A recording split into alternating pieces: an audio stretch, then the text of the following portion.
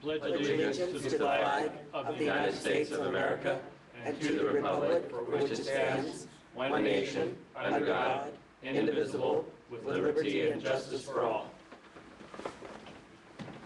You do it here. Roll call, please. Note for the record that all council members are present. Thank you. Before we begin our deliberations, I wanted to make a sad announcement, namely that our former colleague, former council member, four-time mayor, Steve Waldo, passed away yesterday. I thought in his memory we would have a short moment of silence.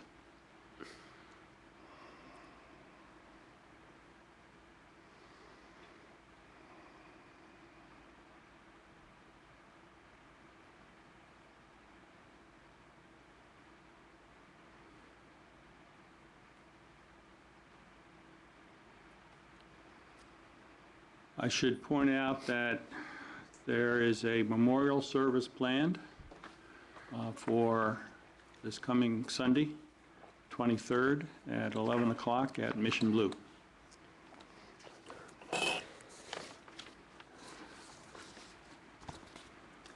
And I assume that as our usual practice, when we adjourn the meeting this evening, it will be in his memory.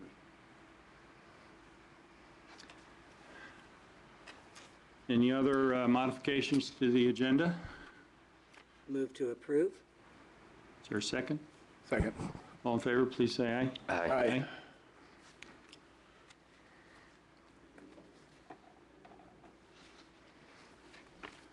Now, the first item of business is something that it is kind of the council giving birth, so to speak, with a long gestation period.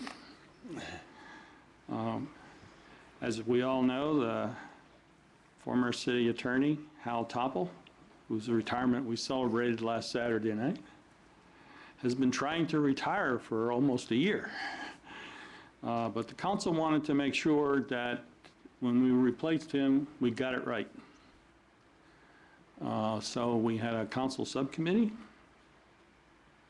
and we had a consultant who helped us in the recruitment process. Because there's only two members of the staff that the council has responsibility for. We hire the city manager, and we hire the city attorney.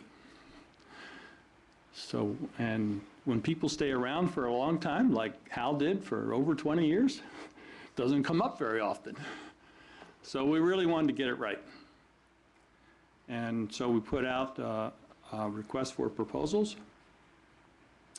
And we got 14 responses, complete responses. That means, you know, dossiers like this. The subcommittee, in consultation with our consultant, narrowed that down to 9. And then we consulted with the council, the subcommittee, and we narrowed that down to 5.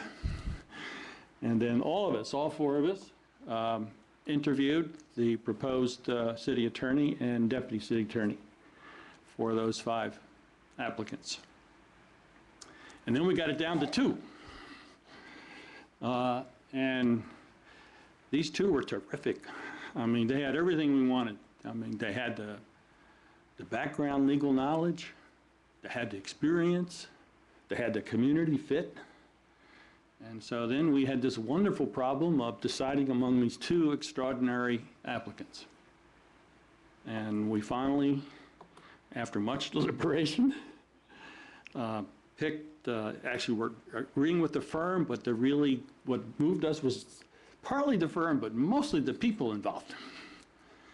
And so I'm very happy to say that we are about to hopefully approve the contract with this firm.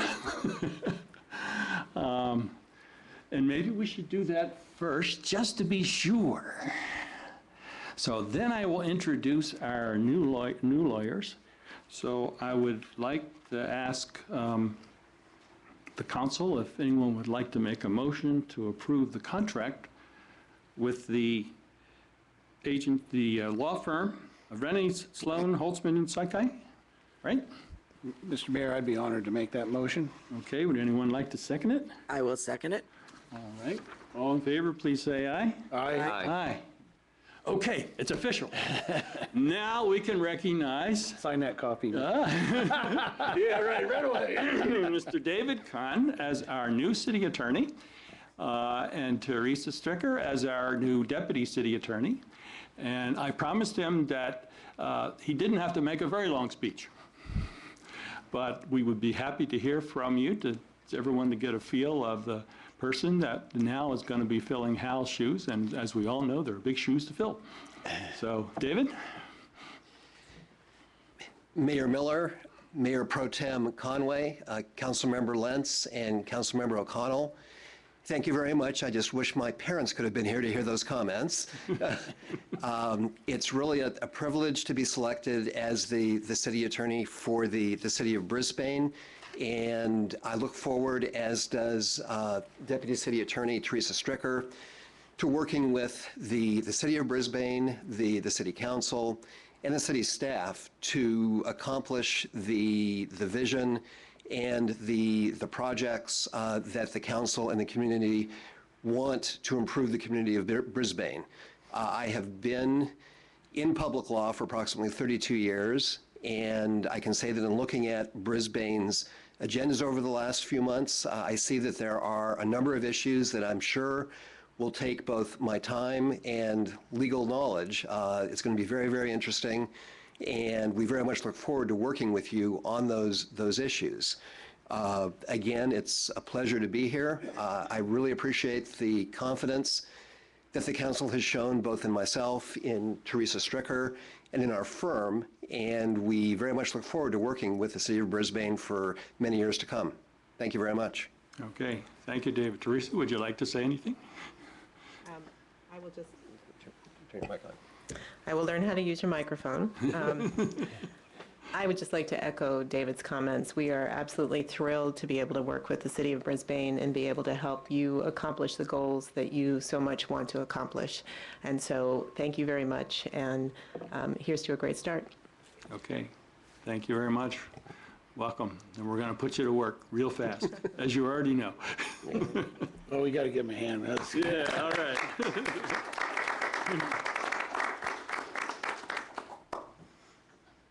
usually city attorneys, as you probably well know, generally don't get applause. So First and last. we figured we'd get that out of the way. It may be a few years before that happens again. Thank you very much.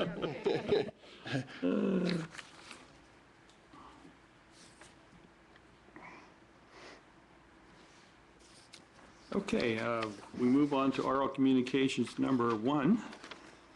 And I have a request from Molly Burke.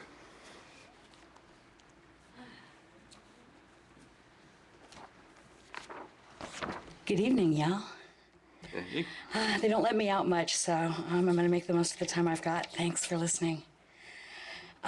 First of all, I'd just like to echo my respects for Steve Waldo, for his years of service and his years of being a great neighbor and a great citizen of Brisbane. Airplane noise. OMG. It's the chronic problem. I wanted to put my 2 cents in and ask a question that will probably be addressed to the city attorney. Whee!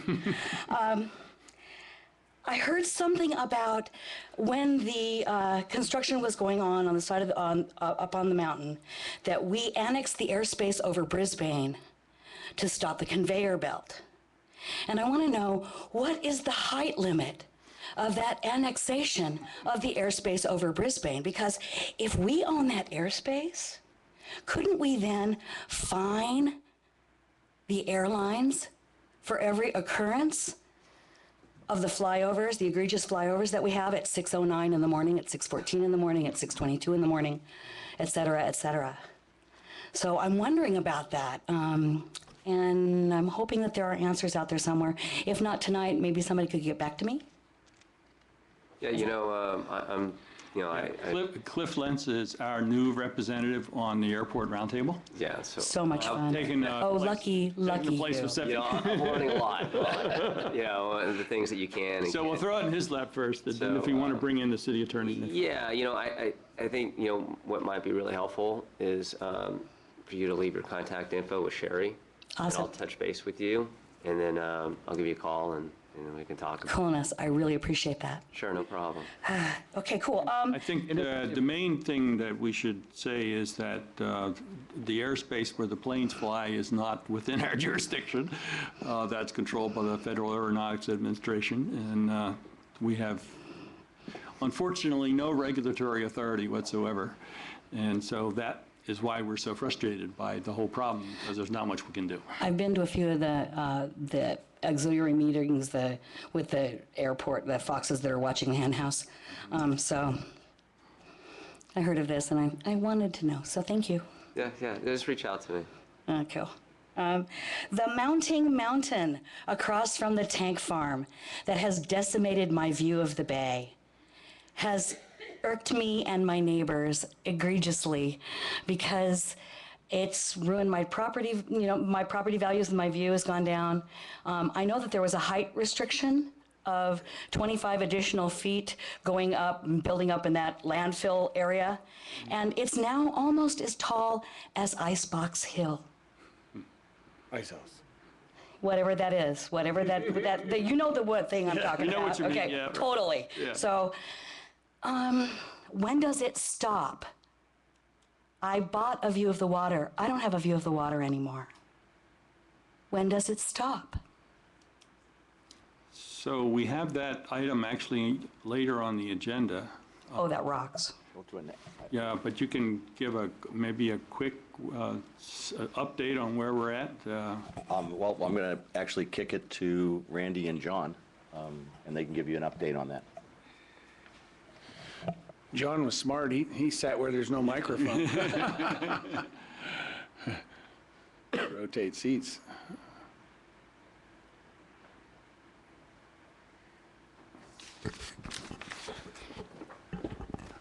Thank you and good evening. The short answer is that we've been working with the property owner to get some topographic data to indicate some pad elevations or stockpile height elevations. We received that data based on some current conditions. As we discussed, there's some vagary as to what the base benchmark would be, the physical benchmark from where those 25 feet were supposed to be measured. And we're requesting that the property owner provide us some historic data that goes back to 2003, which is when the last permit was issued for that property. So that's what we're talking about as being kind of the benchmark for discussion purposes would be when the permit was last approved. So we're looking for that data. We have current data. We have data that goes back to 2010. We have much older historic data that goes back into the 60s. So we're trying to pin down that 2003 information so we can all have some common understanding of what the benchmark could and should have been. So that's kind of a quick summary of where we are. So is it fair to say, John, that there's kind of general agreement, at least from the city's point of view, that some of those piles have definitely exceeded what we had in mind? But the question is, how far have they exceeded it, and how we're going to get it to be, the heights to be reduced, and how long it's going to take, and so forth? Certainly, well, the current elevations, based on the current elevations and some spots throughout the project site, it may be that some sites currently exceed the 25 feet, and since we don't have I would assume it's only gotten worse in time, but we don't have the 2003 data to verify that situation. Need a baseline. So John, are we looking at how big the piles were in 2003 and then another 25 feet on top of the pile? I think we're trying to figure out what the 2003 condition was in terms of what were the grades. There's another complicating factor because in the previous permits that go back into the early 90s, late 80s, there was always mention of some activity that related to filling over to provide some capping, there wasn't a formal engineered cap, but some capping over the landfill, as well as some surcharge to push down to have the settlement of the landfill accomplish some of that.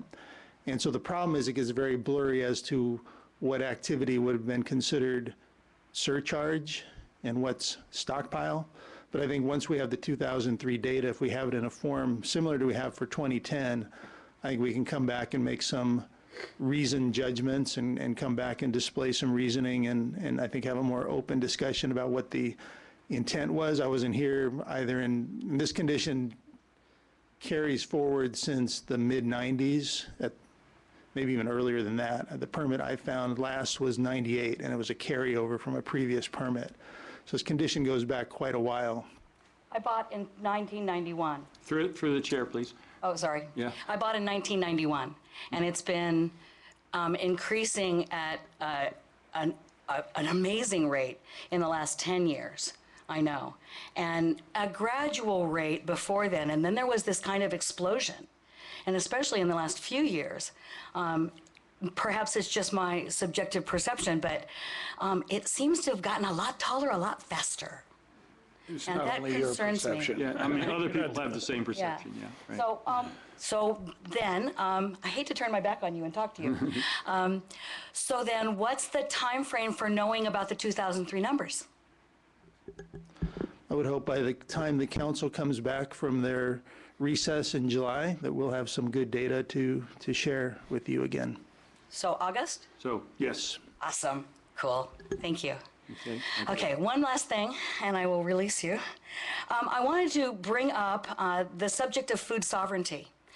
And this is a concept that is starting to take root in some smaller towns. Most notably, recently, a town in Maine passed a law to grant their citizens food sovereignty, which meant that they could buy, sell, and trade their homegrown goods and products within the community. And the upshot of that is that perhaps there is a way for us to supplement the diets of our seniors, supplement school lunches, do all sorts of things like that for the community out of the gardens that are springing up all over Brisbane. So I wanted to broach the subject with you just to put it in your brains, and I will tap on you later on for it, but I just wanted to bring it to your consciousness. Mm-hmm. That's it.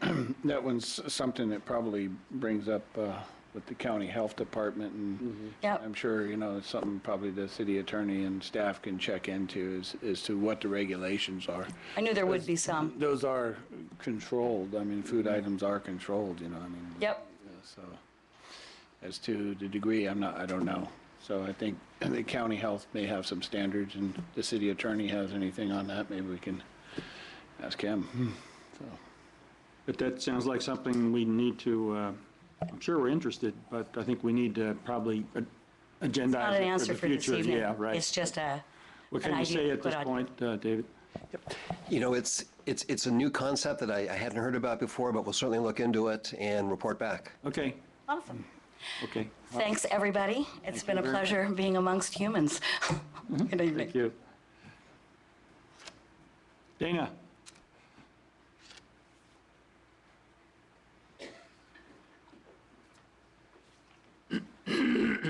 Mr. Mayor, council members, staff, public, my name's Dana Dilworth, and over about a week, and I notice it's also on the agenda, a number of us had internet problems, had problems with our phone services, and find out just how one service is related to another, both my internet being down, as being part of my fax machine, then my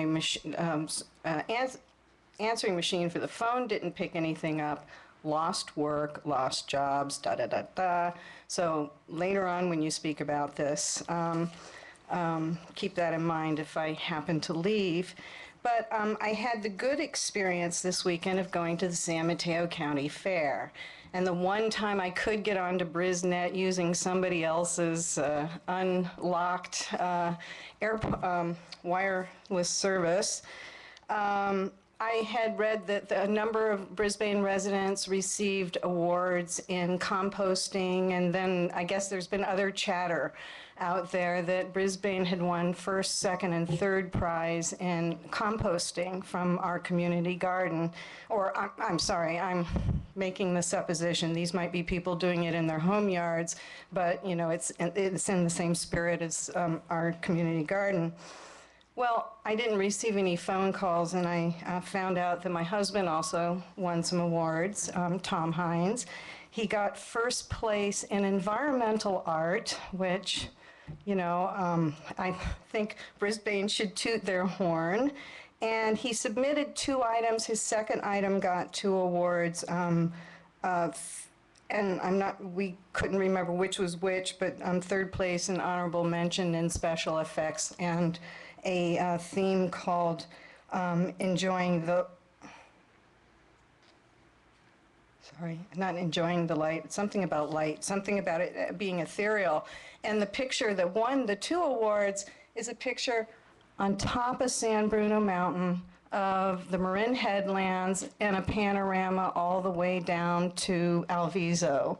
And so, and it was kind of what you know, they talk about those magic moments in photography. The sun was starting to set. East Bay is golden and orange, and it really is spectacular. So just, I wanted to toot my horn about what he won, but it came to us as a surprise because we didn't go on the first day. And out of curiosity, I wonder how many other residents of Brisbane won awards, because I know of 6 or 7 right now. That seems like a big proportion, or, you know, ratio to our small town, and I'm very proud of people who, you know, understand the pride that it takes to present your work in public like that to thousands and or millions of people.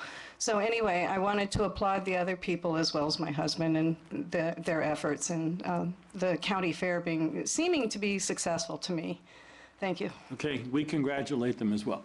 Thank you, Yeah, Anna. Mr. Mayor, maybe, you know, perhaps not knowing exactly all went on, maybe the city clerk can check into finding out with the fair officials on how many residents from Brisbane won, you know, what were all the categories and their names and everything, that we can put it on our blog and put it in our newsletter, Right. you know, so. Right, we should definitely do that. Thank you, Dana. Okay. And I did see Tom's picture, though. Yeah, that's a beautiful one, so. Yeah. Dennis?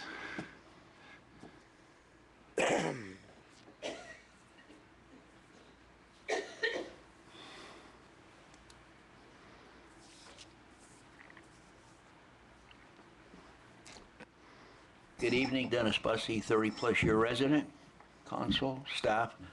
If I may piggyback on the charming young lady that just spoke to the dirt pile, you may recall from previous, I said we're creating the junior mountain. It's going to be San Bruno Junior. And I also suggested that as you drive over the bridge, it reminded me, why don't we have some storyboards, I think they're called, correct me, I'm not a contractor, but those poles that stick up, that give you a reference for the height of someone's potential project, and stick them around out there, which they'll know we're watching, and also we'll have a reference point. And years ago, I don't recall the name of the firm before UPC, but it was a big tall guy was the boss. Tall, good-looking guy, I think his name was Stanley. And I went on one of the bus tours out there with my wife and some others in a small van. Steve Hansen was his name. Thank you very much, Clark, or Mr. Conway, protocol. But anyway, this guy, I nailed him. I said, how high are these piles of dirt going to go? And he tried his damnedest to avoid me. Well, once I get on your throat, I don't let go. We've noticed that. Yeah, but I try to be reasonable and not known as a wacko any more than I am already. But anyway, I nailed him finally till he said 30 feet, not 25, 30. Then I asked, where's the benchmark? He eventually finally said, Bayshore. I said, Old Bayshore or New Bayshore, the freeway? He said, Old Bayshore, and I backed off, but I didn't think to say, where on Old Bayshore? at the 7 Mile House or at the top where Guadalupe hits, where Old City Hall was. That's maybe 50 feet off. So I still think it's a good idea. Some reference for us to drive by, all of us can see. We don't need meetings or just say, hey, man, it's higher than that storyboard. So for what that's worth. And the other thing I'm here for, and I'm sorry, Cliff, but I'm here on behalf of my block, that catastrophe that's been created behind the park. The 2 piles of dirt virtually into one it's filthy. The dirt that blows, you know yourself from shoveling the cloud of dust. It's 4 parking places. I looked in the dumpster when I went to the library with my wife. We went over to the library. The stench, I don't know who's dumping what in there, but it's certainly not from the park. So now it's a public dump. I believe to my left behind me are the scavengers. I'm sure they would volunteer to come at least pick up the dumpster. Surely you can get some guys to pick up the little dirt that's there and to pick up trucks and take it to the park. I believe behind our public works have our earth piles, rock, gravel. But that fiasco, that blunder, has become known as a recycling yard. I personally call it a gravel pit with a forest growing out of it, but it's got to be addressed. If I were adding on to a house or anyone else, I'm sure Randy and the henchmen would be all over me, you know, hosing it down and covering it up. It's beyond being reasonable. I'm sick and tired of all the neighbors coming to me to be their spokesman. And of course, I try to encourage them to come down and speak for themselves. I'll even come with them to give them some courage. But it can't continue on. And I'm asking all of you to walk through it. Ray, you must go by it many, many times. Right. And then also, I realized on the corner apartment house, which Wayne owns, there's 7 or 8 units. There's no parking. You have the restaurant on the caddy corner, the Nana, I believe it's called. It seems to be doing well. So there's the lunch crowd. There's the mothers, including today, or grandmothers that go to the festivities in the library, and they got their kids loading into tater tots and all, walking out into the street around the rubble. There's got to be an answer, Cliff, and I direct this to you because I know you're the boss on it. And Well, I'll first of come all, help yeah, if I can, well, but it can't continue. It's been 14 How about this, months. Dennis? You've already said your point, so let me just, if I may, Mr. Mayor. Sure. Yeah, go ahead. You're right, it has lasted too long. And we were making some good progress. It slowed a little bit, but this Wednesday, I've hired a crew, some volunteers. As you know, it's an all-volunteer project. Oh, no, I know So, that. The neighbors don't. Put a sign up. Yeah, I hear what you're saying, Dennis. So by Wednesday, at the end of the day, the debris box hopefully will be gone, or it'll be gone Thursday morning, and those piles will be gone. The walkway is crushed concrete, and so it needs to be tapped down with a vibrator. I understand what you have Yeah, to do, and so but I'm speaking yeah, so for right those now, that yeah, don't. so you know, there should not be any dust that picks up from the site, and I think once it's all said and done, and we start to plant in the flower beds that have been built, I think it's going to be a lovely place for the community to picnic. Well, we've had a to one-on-one. book. I'm So- asking you to somehow publish it, so I don't have to be here. Print out on your computer and post it on the damn fence. Mm-hmm. Put it in the bulletin, put it in your, whatever, your Brisnet, put it in your bulletin, maybe Carolyn can do it.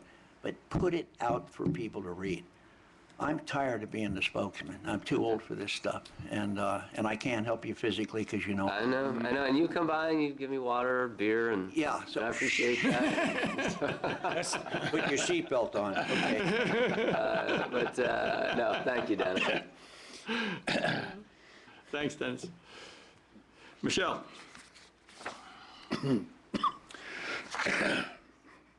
Michelle Salmon, Brisbane resident. And Dennis, we love to hear you talk. You're not too old. And I'm going to take a thing out of Dennis's book. I'm like a dog with a bone, too. And I wasn't even going to talk about the dirt tonight, but I'm kind of appalled that we're going to ask them for the benchmark in 2003. What about our records? I can tell you, in 1982, it was flat to Tunnel Road. Flat to Tunnel Road. Okay, because I saw the car that hit me head on when it was way over where it first came off the bridge, and I was way back on the straightaway, and I could see his lights at that point. So it was flat at that time. By the early 90s, they had built up that little embankment that they planted, and that was, you know, level for a long time. And so using the 2003 as their benchmark, I mean, it's kind of, I'm not saying that they wouldn't be honest or anything, but I don't think that's a good idea. I really think we need to go back to our own records and say, this is what we established. And it's way over the height that we established. And I'm really annoyed at that. I really am very upset with that. And I did see the CHP out there checking trucks. Thank you very much, Lisa. I saw them in the morning, you know, pulling trucks over. But the other thing is that pile of dirt is pretty nauseous. And not just for the dust and whatever pollutants or toxins might be in there, but we also now have the yellow star thistle in Brisbane out on the lagoon area. And that was transported probably from that dirt because it's downwind of that. And the yellow star thistle has already taken over 7 million acres in Northern California. If that gets on the mountain, we're done, you know? I mean, this is a horrible, noxious weed, and it's come from that nasty-ass dirt pile and how they don't take care of the property. And, you know, pampas grass is spreading everywhere and all these other invasives that are out there.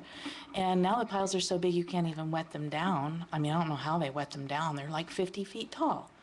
And so I don't think we should go back to their records from 2003. I've been speaking about this for months and months and months now, and this is the solution?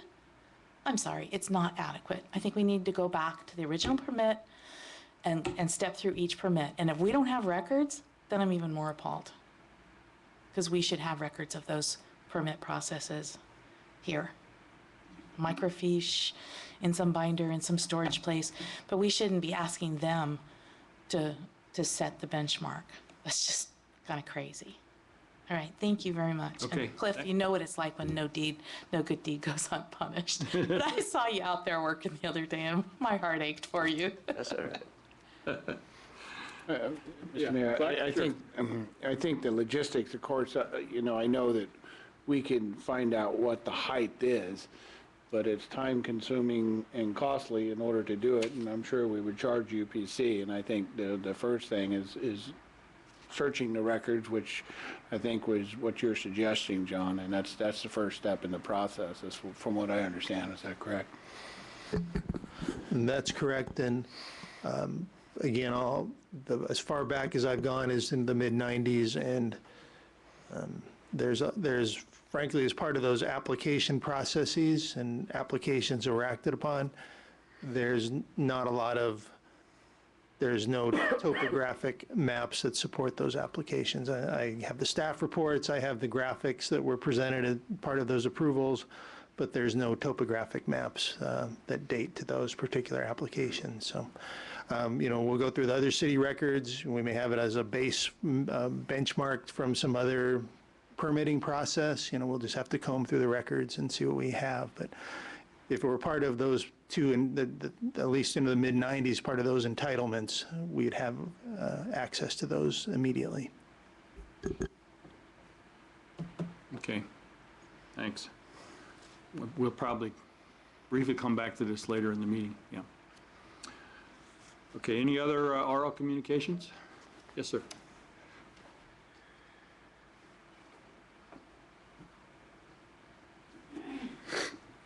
Lori Laxamana, Brisbane resident. My concern is about the dumpsters. I know that somebody has talked about it before maybe, but the dumpsters out by the service yard. That is like when people come off the freeway, it's one of the first things that people see.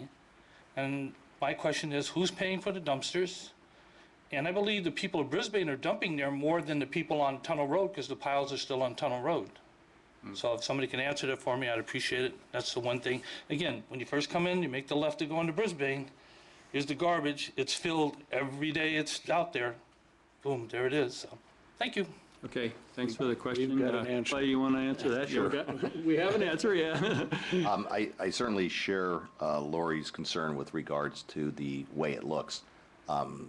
unfortunately, I guess it's been successful and people are using it a lot, but it is not really the best entrance to our community. I'm having some discussions with UPC because the whole purpose of the dumpsters was to try to remove trash that was being dumped along Tunnel Avenue. So it really is a UPC issue.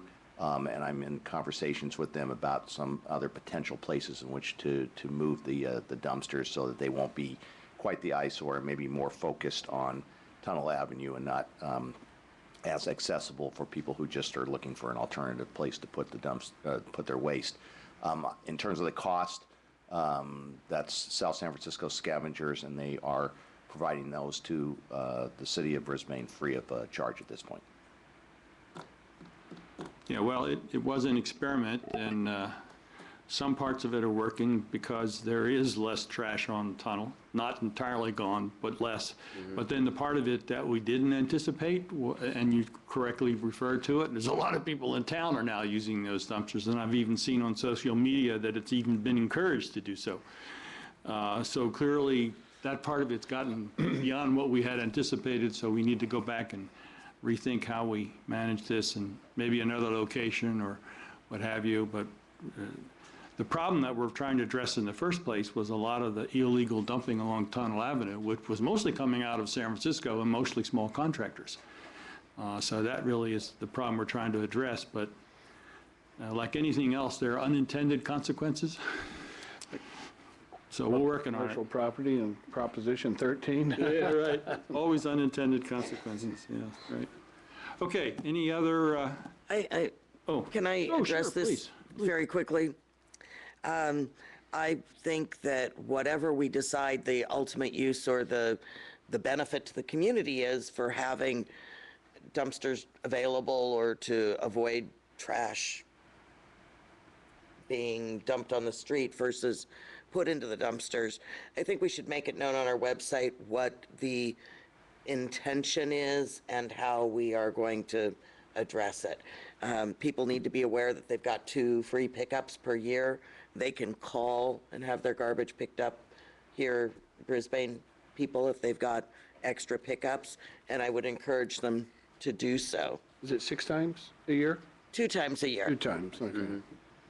So I think that as long as we get it out to the people, because once one person's dumping there, they say, well, I saw the neighbor dumping there, so I get to dump there.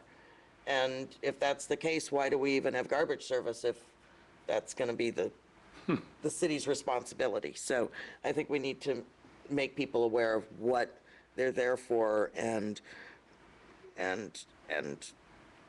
I know that we can't, if we're trying to control illegal dumping, it's hard to say, well, we're also trying to control legal dumping.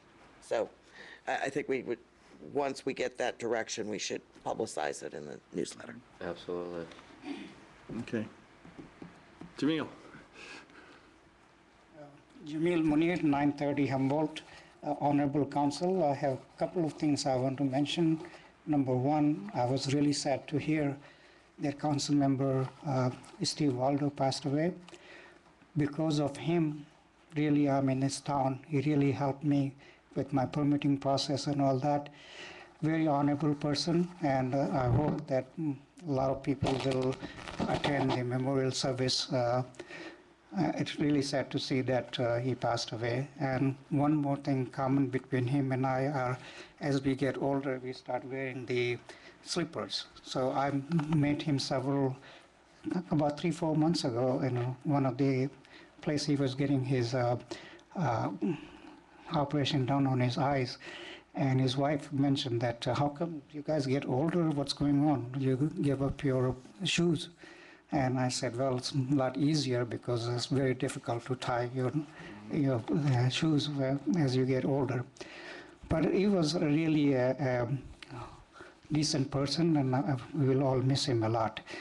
The second thing that just occurred to me regarding the benchmark for this pile of dirt, one source where you might be able to get the data will be USGS. United States Geological Survey. They do a lot of survey of, and they may have the archive maps topographical maps showing that what was the elevation at different years. And the reason they do that is first because of the earthquake problems we have, landslides, and also the liquefaction. So if you do a little bit research, you may be able to find back 1992, they might have some topographical map that you can find out what was the level at that time. So thank you very much. Okay, good idea. Thank you. Yes. Anyone else? Ah. Molly. While I'm up. 4th of July is coming, and I forgot to ask you about what's being done about the illegal firecrackers in Brisbane. Between last year and this year, my dog has developed a serious heart condition. And I know that it may sound trivial to people, but it causes him enormous distress when all the firecrackers and all the fireworks go off in Brisbane. I live on Alvarado Street. I have a semi-decent view. And what I've noticed about the fireworks, about the firecrackers in town, is they seem to come from two basic areas. One is the skate park, but the biggest one is the parking lot across from the Brisbane Inn. And nothing's really, I don't see a lot of, either I see a lot of police presence, so they hush up and they go inside the bar, and then when the police leave, they come back out and they shoot off more fireworks. I know that because I watched them do it last year. I got out of my house and I watched them do it. So I want to know what's going to be done to make it better so my dog isn't freaked out. Okay, I think police chief might be able to respond to that. Maybe the fire chief too. Yes, good evening, Mayor and Council. We again encourage, clearly they are against the law, and we do a lot of public relations prior to education, putting out the notices, putting something in the Star. But again, you're correct. We hit those areas, and when officers respond to calls, unfortunately, people take advantage of the opportunity and will go set some fireworks off. What we do encourage is that if you see something, you see who did it, that you contact the police department, because unless we have somebody that we can identify or contact, we really, when you have a group of people that are there and they set off the fireworks, the officers come and nobody's seen anything. We don't get the support from the community many times or in that area of anybody witnessing it. So we really do encourage the community to step up and let us know if they've seen something, they've seen a particular person, then we have probable cause to stop that person and talk to them about what happened, even possibly search them for the illegal fireworks. But unless we have some information from the community, it's very difficult to really address. So we'll do as best as we can to be out there visible and hope that we can keep the illegal fireworks down. Thanks, Lisa. Thank you. I think we probably have a pretty big fire concern too, am I right? Especially this year. Yeah. Yeah, you're absolutely correct. And we put not only the police department is out, but all the fire companies are out and patrolling. And it's a huge issue, as you know, and not just this community. In fact, the report that we generate after the 4th of July, usually this is the nicest area of all the cities up here in the north, where you have even though I know it is difficult to get the ones that you get, but it is tremendously more active as you head to the ocean. But we will be out and we'll be assisting with the police department, and we'll try and identify. But in one of the cities that we work with, it is just a war zone, and it is almost impossible to get the people that are doing it, one, to catch them in the act, and two, to actually have anybody identify who it was. But we try every year. But yeah, on the fire side, we'll be ready, and we staff up with extra personnel on that night. We'll do the same again this year, so if there is a fire, we're able to jump on it as quickly as we can. Okay, thanks. Yes, sir. Danny Ames, 690 Sarah Point. I'd like to say a few things. I like the clear cutting you guys did in regards to fire safety. I was shocked. Obviously, I was home and I heard all this buzz sound, so I didn't quite expect it, but it looks great. there is a lot of fuel on the mountain, and that makes me concerned. I don't know what's going on, but it scares the hell out of me if we get another, 50-acre fire like we had a few years back from the tanks. Right. But I'd like to mention, I love the LED lighting, and I don't know, it's been, what, about a year now or so? Longer than that. Yeah, I think that looks Quite a while. great, In regards to the airport noise, I think it's gone up. I don't know if it's just me, but it seems like the frequency has gotten a lot more. And I don't know if that's what they're within their allotment still, or they're violating, the dB level flattened out over the whole 24-hour period. But it'd be nice to look into that, I think. But all in all, I think you guys are doing a pretty good job. Okay. Okay? Do you want to respond to that, Cliff? Sure. The amount of noise generated by the airplanes from midnight to 5:59 a.m. has gone down, and Jackie Spear's office has done a tremendous job of supporting our cause, and they've been able to supply me with data that shows that. Of course, it only takes one flight coming over at 4 o'clock to wake somebody up and ruin the whole thing. But those flights have gone down. We're working on the 10 to midnight flights and the 6 a.m. to 7 a.m. flights. The amount of flights that go over, I mean, it's there isn't a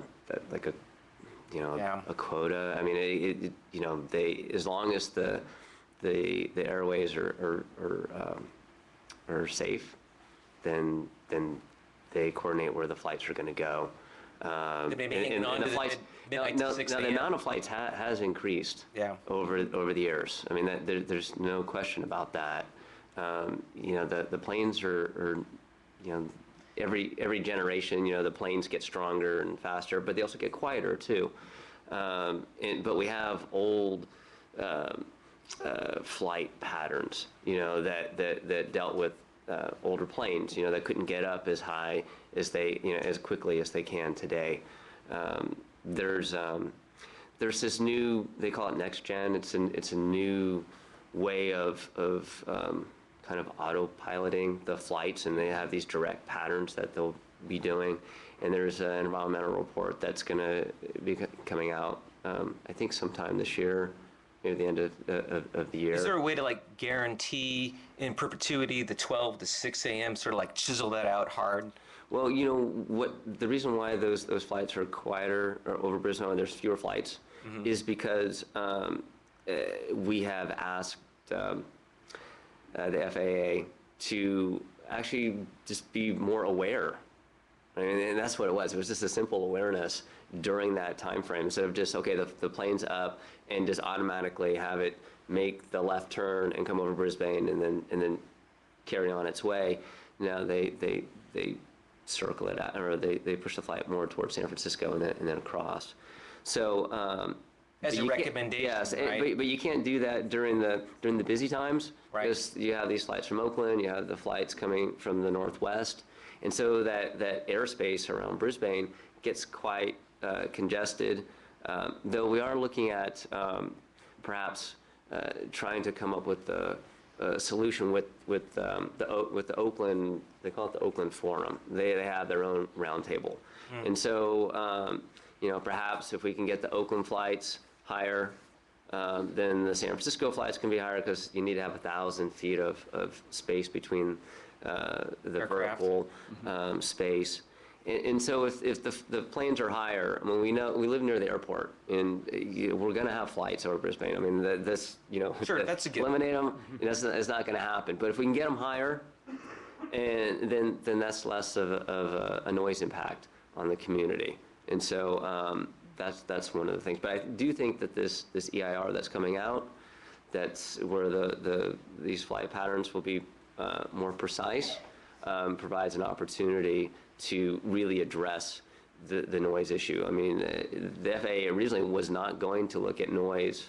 I'll probably get more information than you need here, but wasn't really going to address noise as one of the factors in this next gen operation. And Jackie Spear's office really pushed hard to make that part of the requirements. It's definitely had an effect. Yes, and so, but you know, when you do these flight patterns, and then, you know, today the flights are all over the place when they're flying, and with this new proposal, they'll be on the same flight over and, you know, the same pattern over and over again, and maybe it might be the best one, but the folks that are below that flight pattern are going to get hit every single time. Where right now it's spread out. So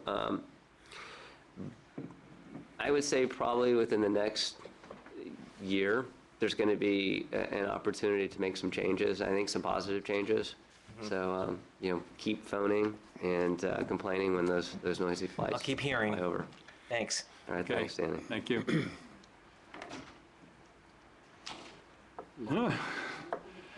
Okay, I see the hand in the back. Come on up.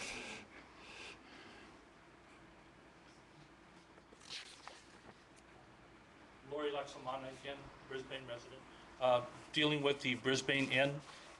The owner has been told about what's going on. He has been given the information about that for the 4th of July. Also management.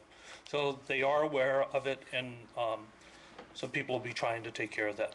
Okay. So just wanted to get That sounds good. Police chief, so she. All right, appreciate that. All right, great.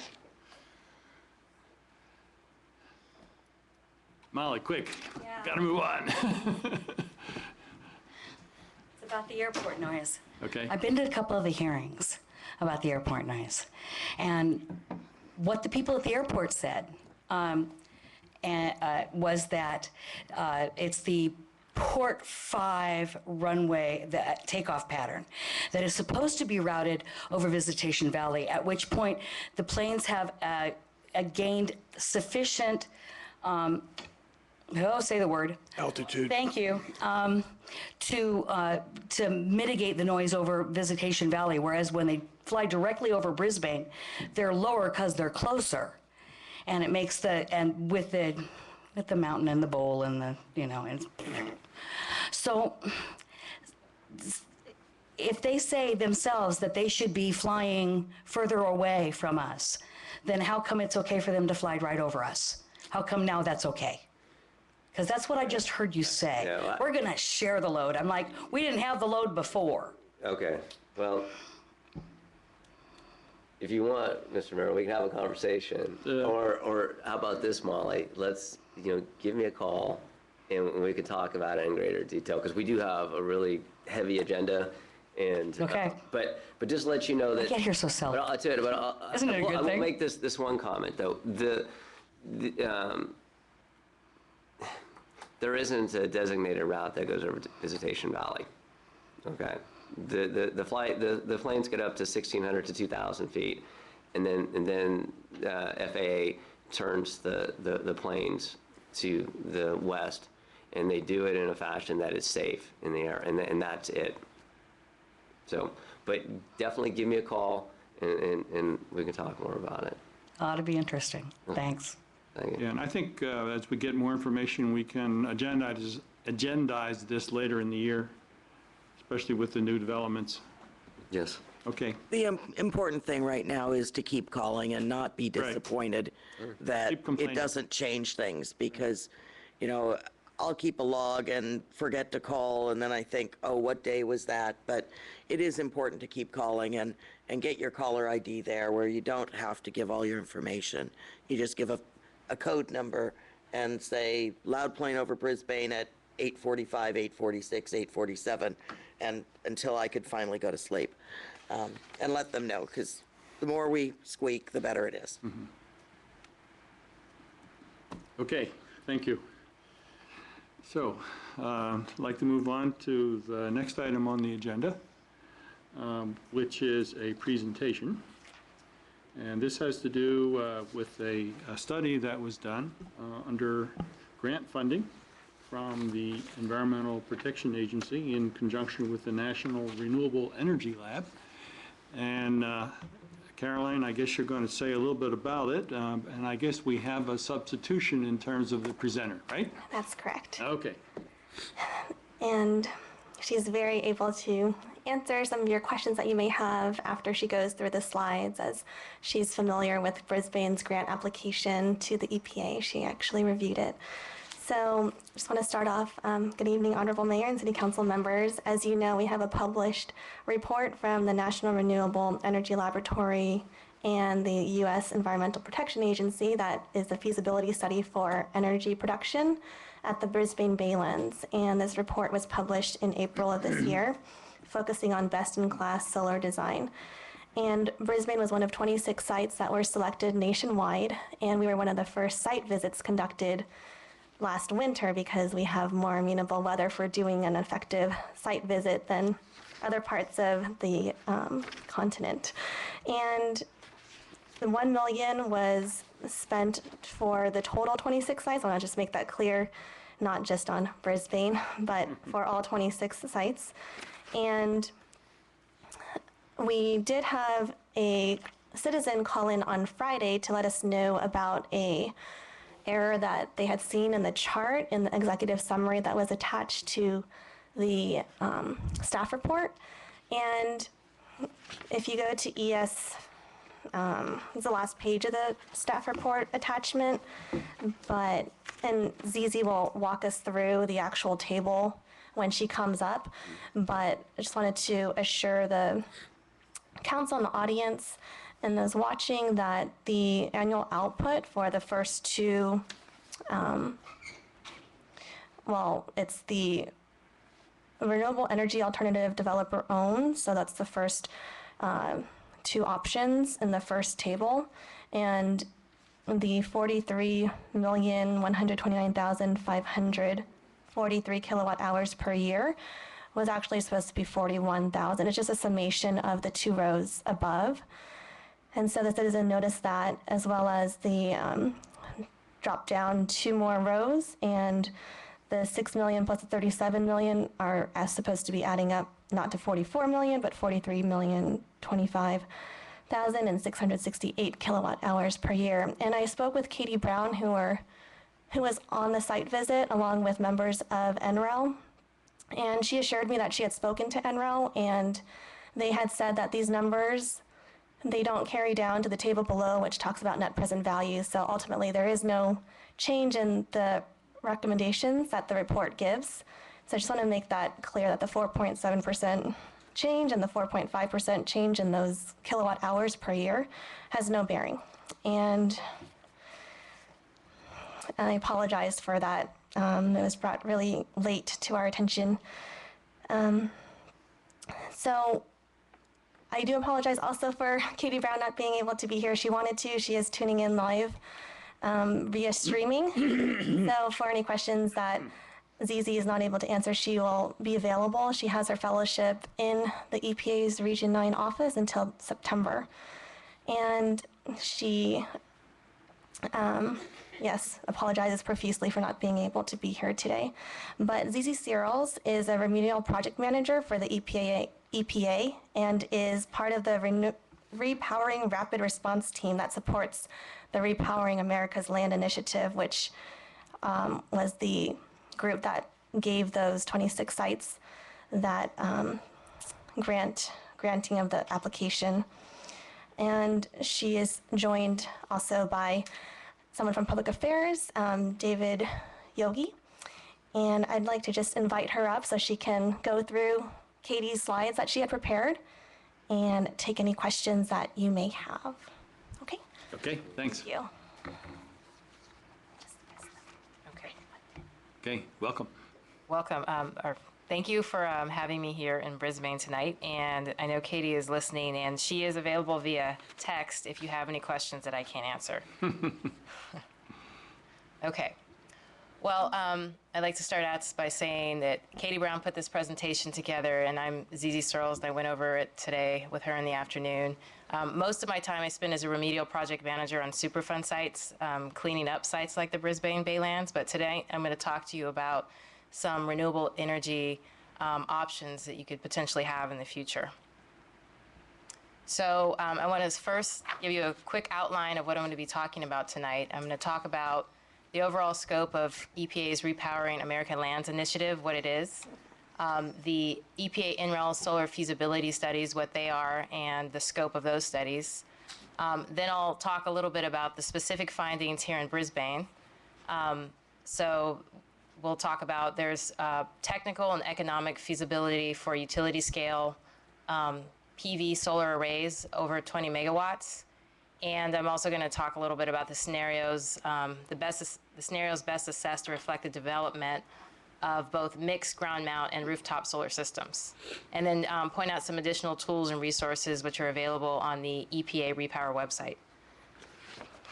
So Repowering America Lands is a program which is operated out of EPA's headquarters in Washington, D.C., and it outreaches to all the regions. We're in Region 9 EPA here in San Francisco, and it promotes the development of renewable energy on contaminated sites.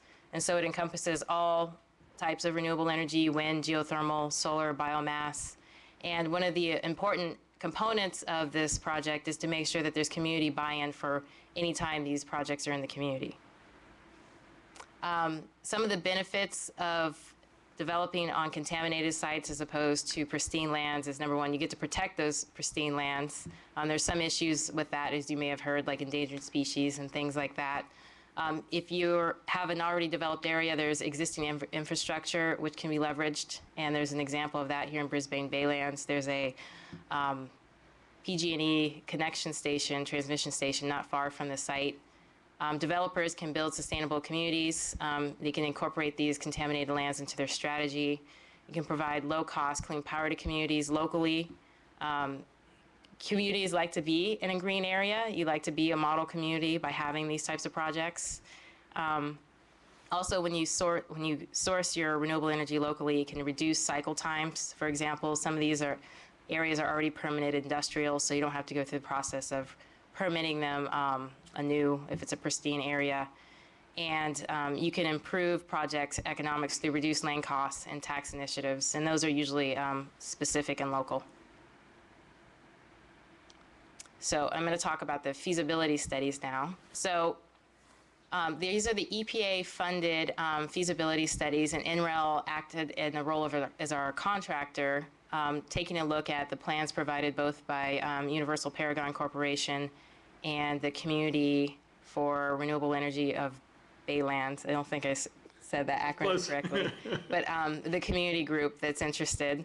So the objective of these studies is to evaluate the technical and economic potential of selected contaminated sites and landfills by leveraging NREL's expertise, and to provide stakeholders, site owners and stakeholders with an objective third-party assessment of economic feasibility potential. So the scope of this particular feasibility study, which was done in Brisbane, was to look at the renewable energy resource, which would be solar in this case, available acreage. I think it's something like, I think about 698 acres or something like that, a pretty large acreage for this area. Distance to utility and transportation infrastructure, electricity use on site or current and planned, the local energy market, and potential ownership structures. It doesn't include environmental assessment or an interconnection study. These studies would be supplemental to the NREL feasibility study. So the product, which you got, the technical memorandum, the feasibility study, it evaluates the feasibility of installing renewables at this given site, and it's a baseline performance and economic analysis across multiple system configurations, ownership structures. So when I say multiple system configurations, that just means the proposal to site solar on rooftops, light industrial, and ground mounted. And the ownership structures, you really just have two here. You have three. You have the ground mounted, the rooftop, and the light industrial, but one of the proposals just recommends light industrial and ground mounted. So I'll just move on. So as was mentioned earlier by Caroline, there were 28 feasibility studies, our NREL feasibility studies selected in 2012, and this is a map showing where they are in the United States. So there's 3 here in the Bay Area, and in case you're, or I should say Northern California, in case you're interested, the other sites in Northern California are Fort Ord, which is a Superfund site, and Crazy Horse Sanitary Landfill in Salinas, California. So now on to Brisbane, Baylands, the part you're probably most interested in. So here, I want you to first take a look at these map photos. There's the developer option and what we're calling the renewable alternative. So these are maps which we got from Universal Paragon Corporation, and also, can somebody tell me how to pronounce this acronym? Is Cerebral or Cribble. Cribble. Cribble. So we consulted with both of these groups, and we got these planning maps from them. And so as you can see here, the orange represents, I think it represents not residential. It represents light industrial and businesses. The red represents residential, and then the yellow represents ground mounted. So what I mean by that, these are all categories for what types of, where you would put your solar panels. So would you put them on the roof? Would you put them on the roof of business buildings? Or would you put them on the ground in a solar array? And some of the photos you see as in the photo that I had at the very beginning of the slide. The second option from Cribble just has a yellow shading and an orange shading. So you have rooftop option, orange for light industrial, and then you have yellow representing the ground mounted area. So and then I'm sure you know this, but the main difference between these two options really is whether you're going to have more or less ground mounted, more or less rooftop PV on residential structures. And I should point out some of the assumptions that go into the solar capacity potential, which is estimated over here. So the assumption was that you can use 50% of the total area, and area meaning acres, for rooftop PV. And there's a range because the two alternatives that were looked at were fixed mounted photovoltaic and single axis tracking photovoltaic. So just to go over the far column over here, solar capacity potential, NREL estimated that you would have 3.5 to 4.3 megawatts of ground-mounted photovoltaics on 24.7 acres of land, so on that yellow strip, and that other narrower yellow strip of 6 acres that you see on the map. The rooftop, they allocate 274 acres for rooftop solar, and the solar capacity of rooftop was estimated to be 23.9 megawatts. And then the Cribble proposal, the renewable energy alternative, ground-mounted PV would get you 19.3 to 24 megawatts, and then rooftop would get you about 4 megawatts. So both options will get you more than 20 megawatts of renewable energy, of photovoltaic renewable energy. So under both scenarios, these are what they have in common. You get 20 megawatts of solar energy, 40 million kilowatt hours per year of estimated annual energy output. That's translates into 7,000 homes powered, approximately 700 jobs created during construction, and then 7 jobs sustained during operations and maintenance of the systems over their lifetime. So the primary differences are the location of solar and development timeline. So these are busy figures, but I'm going to walk you through these because these are kind of the summary of these findings. They could have been formatted a little bit better to be easier to read, but I'll do my best to kind of point you in the right direction. So what you're looking at is pretty much two alternatives in parallel. So if you look at the first two, or let me see, if you look at your delineation of the gray box where it starts crystal silicon, everything above that is one option. I should say crystal silicon fixed access ground system. Everything above that is one option. Your second option is crystal silicon one axis ground system. That's a second option. And those two options are for the renewable energy alternative. Those are based on Cribble's plans. And then below that, in the same type of structure, you have the developer's plans. So the two alternatives really, the main difference between them is they're looking at the energy output for fixed mount versus single axis tracking. And just for I'm just gonna state what single axis tracking is. This means that the solar panel will track the sun from east to west over the course of a day. And you tend to get a little bit more energy that way, depending on where you are, sometimes a lot more. So just going across, what these alternatives tell you are the PV size of the system, how many kilowatts you'll get out of it, the annual output in kilowatt hours per year, and then the number of houses that are powered, the number of jobs created, and the number of jobs sustained. So I don't know if you want to go through all these tables in detail. I mean, we could just look at some of the numbers. Probably the numbers of houses powered would be the easiest, most straightforward thing to take a look at. So if you just do a fixed system under the Krebel alternative one, where you have rooftop PV and then fixed ground-mounted system, your rooftop PV ends up powering about 1,000 houses, and then your fixed access ground-mounted system ends up powering about 6,000 houses. And then the gray is the summary, the totals, and as Carolyn pointed out earlier, those are in the process of being corrected for these two particular alternatives. Then the second one is for the single access ground-mounted system. So again, your rooftop PV number, if you have a single access on the roof, is going to give you, oh, actually, sorry, the rooftop is still fixed mount, and you're going to get the same number. You're going to get about 1,000 homes powered. And then if you have an access, it's going to give you 6,493. It's a little bit of a higher number powered, but not too much. And then you can see the jobs created in the far column over there.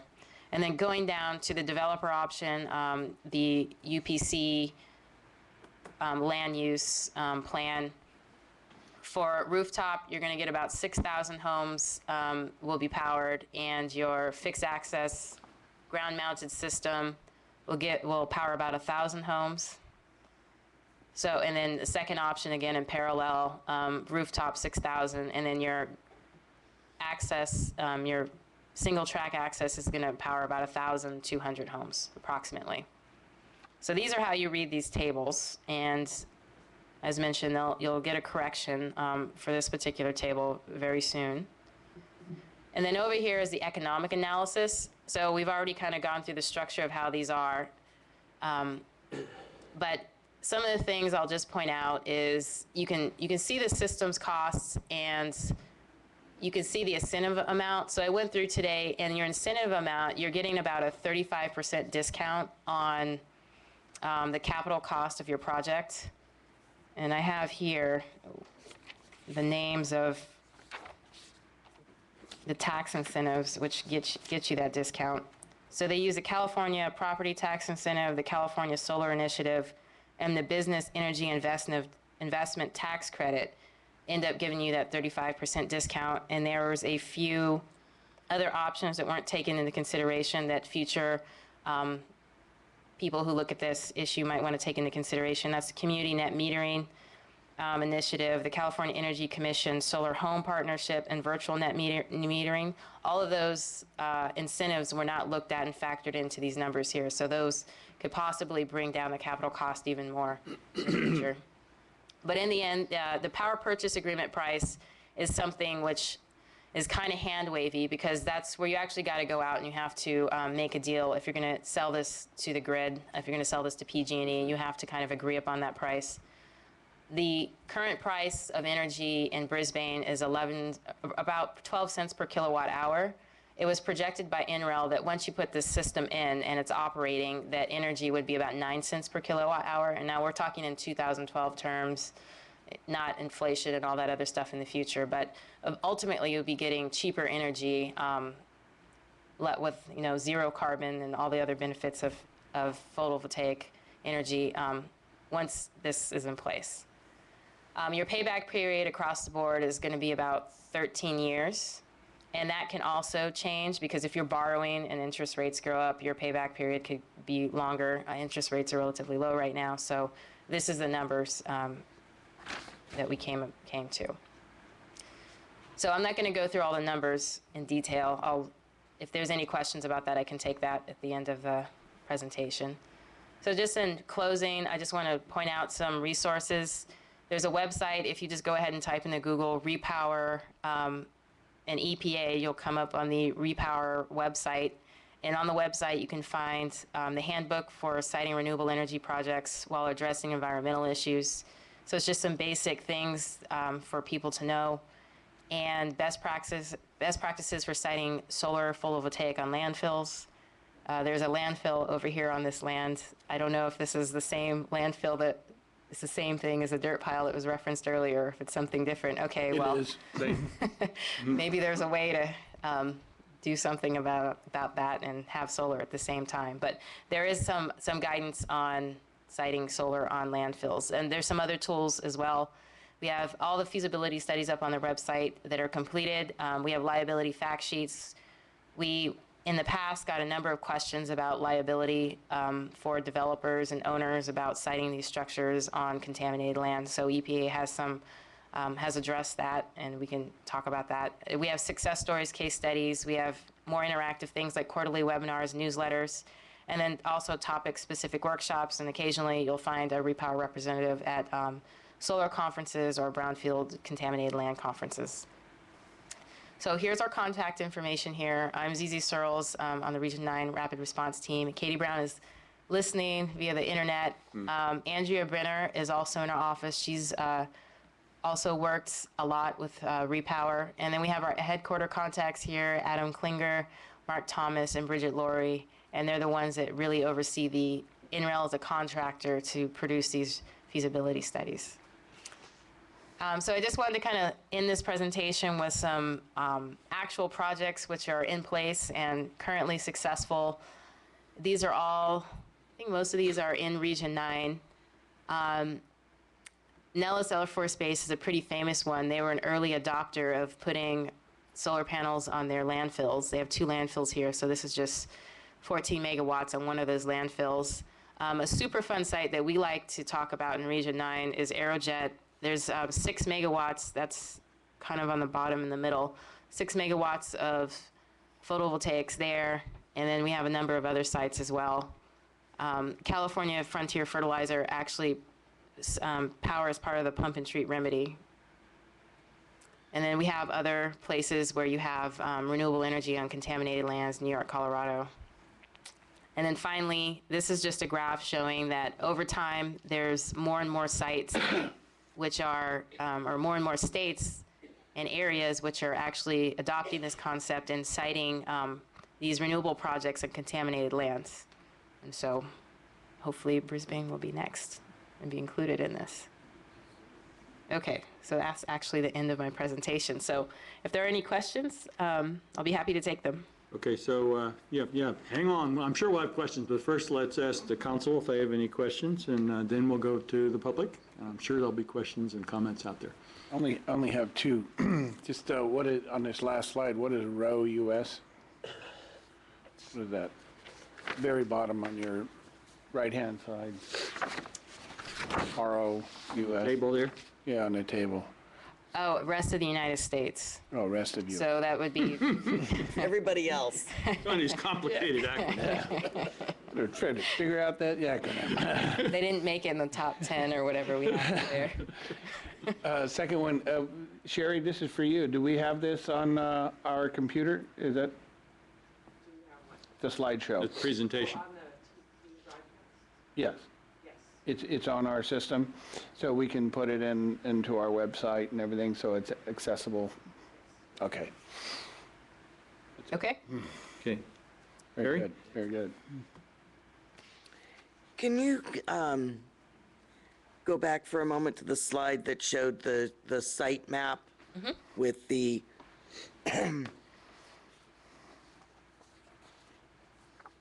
that one? I guess I'm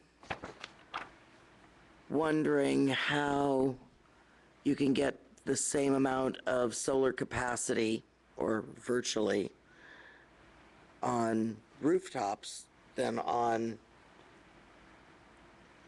ground, it seems, from the map.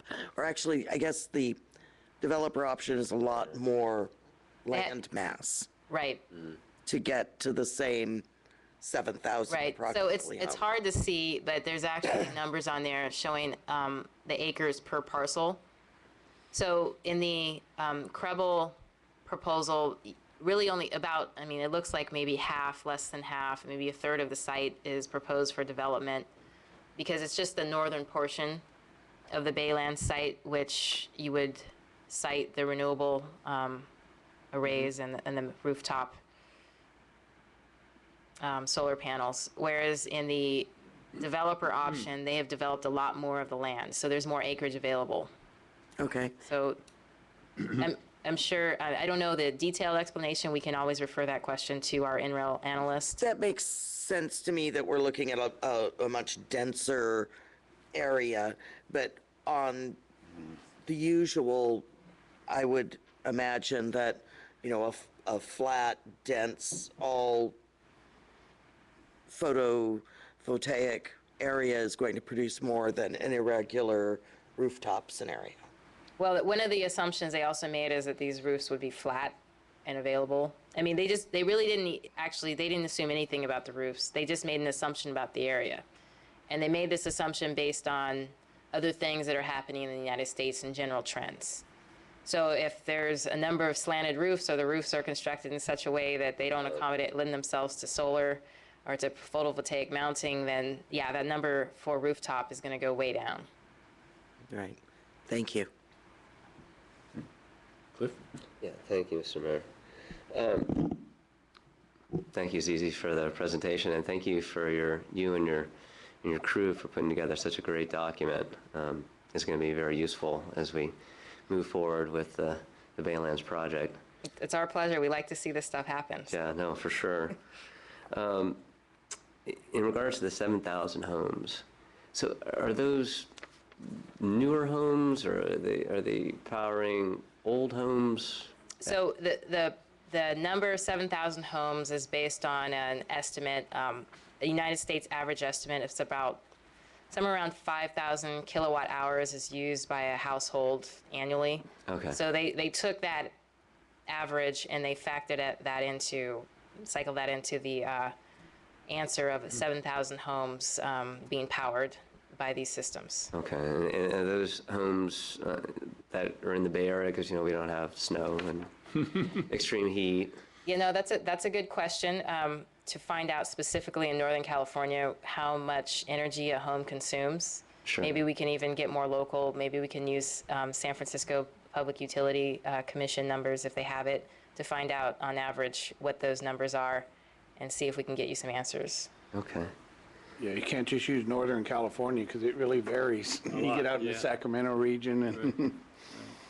And then, you know, say we create this alternative energy, and we have it, and you know, we'd like to be able to sell it to the folks in Brisbane.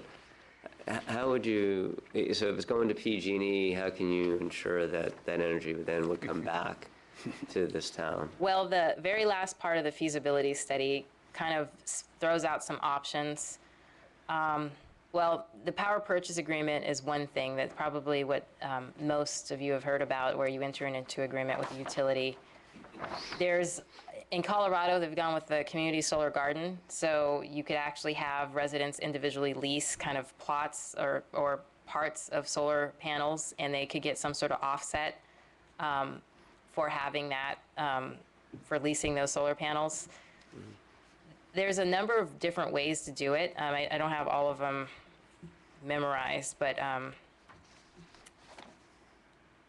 yeah, I would say that you could also just do, if you have any ideas on the city council about anything you directly want to power, the infrastructure could be put in place for that as well. So it just is a matter of planning and how you want to use the energy. If you want it to all go to the grid, it can all go to the grid, and then the city maybe will get credits. There's RECs out there. Maybe the city will start collecting RECs. And RECs, I don't understand them completely, but I understand they are a tradable commodity. So things can be done in that arena.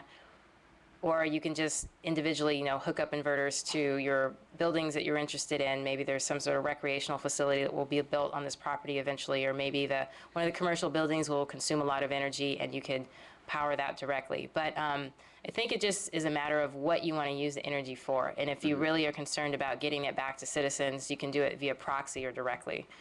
Those are pretty much the two options, and then there's a number of models out there for doing that. All right. But I can see if I can get you a more detailed, specific answer to that question. Yeah, that would be nice. And you know, we have you know, in your study, you looked at the the developer's proposal, you looked at the Credible proposal. We just had our draft EIR come out to the public, and we'll have our hearings, and then and then eventually the regular EIR will come out. Who knows what the eventual plan will be for the Baylands? That's still some time down the line, but just looking at your Powering America's Land Initiative, there's other things besides solar, and you're looking at geothermal and biomass and wind. Based upon your experience, do you see any of those other types of alternative energy being a part of the overall? So they did have a meteorological tower on the site for about a year. And I think the results came back that wind wasn't a good alternative for this area. Mm-hmm. Biomass, I mean, you'd have to find a source for biomass locally. Usually biomass is a recommended option for places in Central Valley where you have all these farms and things like that. So you could you'll have a source for your organic material, and you can do something with that. Geothermal, it's on the bay, so the geothermal potential is very low. Usually you have geothermal in areas where it's volcanically active or your geothermal gradient is pretty high. Like, for example, Nevada has some good geothermal resources, or the geysers area isn't active, or less active now, but magma chamber underneath there, which is good for that. So I would say for this particular area, solar is probably your best way to go. And the other ones have been ruled out. The only one you can't really rule out would be biomass, but again, you have to identify your source for your biomass material before you can really use that as an alternative. Sure. There might be. There might be. And then, we have a sustainability committee, and we're putting together a sustainability plan. I think it would be really nice if you and some of your colleagues wouldn't mind attending a meeting and just taking a look at our sustainability plan, and maybe providing some of your expertise in strengthening that plan. Okay, well, I'll have to get back to you on that, because I have to talk to Katie and see if that will work out. But if it does, yeah, I'd be happy to come back and talk to you. Great, because you're based in San Francisco. I'm based in San Francisco, yeah. Yeah, okay. All right, thanks, Susie. Okay, now we have the co-chairs of the Credible Committee sitting right back there. And I wonder if either one of them would like to say something or ask a question.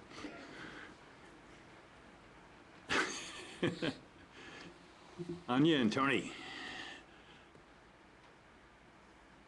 Thank you, Mr. Mayor, Council. Anya Miller, I'm a communicator for Credible since 2006. And we, of course, were delighted to have this study. It seems to be a very professional thing, and we were heard at the very beginning and had a chance to give our input. And I believe we also have gathered some data beyond what they did. For instance, the annual use of Brisbane residences. I think we got those figures, Stuart did, from PG&E. And as I remember now, we made a document out of that, also businesses. And as I remember, Brisbane residences used about 4,500 kilowatts a year, and a business is about 10,000. So existing businesses like in Cocker Park. So we, at that time, already thought that our plan would accommodate the Brisbane needs, both residents and almost all of business. So it would be a really sort of helping ourselves. And of course, with the development of the Baylands, then of course they'll use some of that, or most of it actually, whatever is developed, depends. The other thing, I just recently was made aware that the Sierra Club has actually produced an article about a new type of grid where you wouldn't be dependent on the PG&E grid if you have a local grid, where the production is tied right in and used all the time. Only when it's not working, then you would have, would rely on the PG&E grid. But it's possible to actually be independent of the PG&E grid by having this. And I hope you'll get the article so you can study that further. And I just really, I'm very proud that our city got this grant and got this kind of level help from the federal government that gives you, when you come to the actual decision making after the EIR and all that, that this data will be helpful. And of course, the price of solar panels is going down. There are windmills now that we do have the wind measuring was actually at our initiative, and UPC cooperated with that as they cooperated with this. So there's been a cooperative thing going on, and the wind measurement produced, I believe, a 9 miles per hour average, and that's just not really utility scale wind, and not worth having a big blades, and we didn't want them in the first place. So now there's all kinds of new technology where you can use lower wind. And so we are still saying, Kerbal is suggesting that we have low windmills in Geneva gap of the candlestick wind gap. So I hope that that works in and that they don't take much land, whereas the solar panels should, yeah. So that's our feeling, and I thank you. Thank you. Thanks. Tony, do you want to add anything?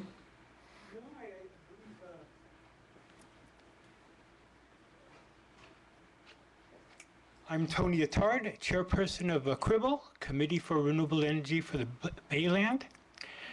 And we were very, very pleased to submit an application and bring in the EPA for this study, because we feel once the citizens of Brisbane get a chance to evaluate this, which was very, very well done, it'll give everyone an opportunity to see that we all will benefit from clean energy production. And the feasibility study that was done is putting us in the direction that we're hoping to be and to get there. And so now the public will get to see what EPA has done, and we're so glad that we brought them here. And again, thank you very much for your hard work.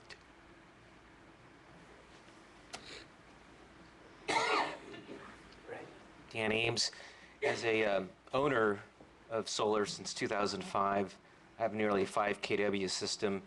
The things that bother me most are the prices of the inverter, the 7-year guarantee that I have on my German-made sodium boys. They derate 10% over 25 years. What I didn't see in your information, to play devil's advocate, is that there's an ongoing cost, and there's an ongoing derating of the system. Is that information in your packet somewhere? Did I miss it? Yes. That's what I'd like you to address specifically. Thank you. So that would be the ongoing operations and maintenance costs. So that is in the economics table. I'm just going to go back to it. So if you look over to the right, it's the second to the last column, annual O&M. So there is a estimated cost of what it costs to maintain the system every year.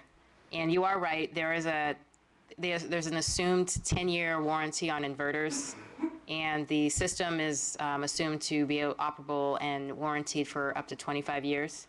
You rate 10%. After 25 years, you rate 10%. I don't think that is included in this.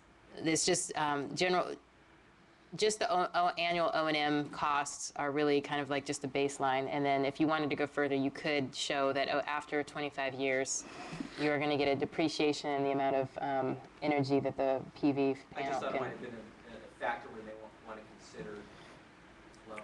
This 10% could be quite a bit on a system this size. And then the other thing I wanted to mention. Should come up to the mic, please. Otherwise, people watching on TV won't be able to hear you. as you know, 10% can be pretty significant. But the different manufacturers have different efficiencies, and I don't know what you proposed. Like my panels are 16% efficient. I don't know what you had in mind or what's available these days. It's about the same. Okay, all right. Thank you then.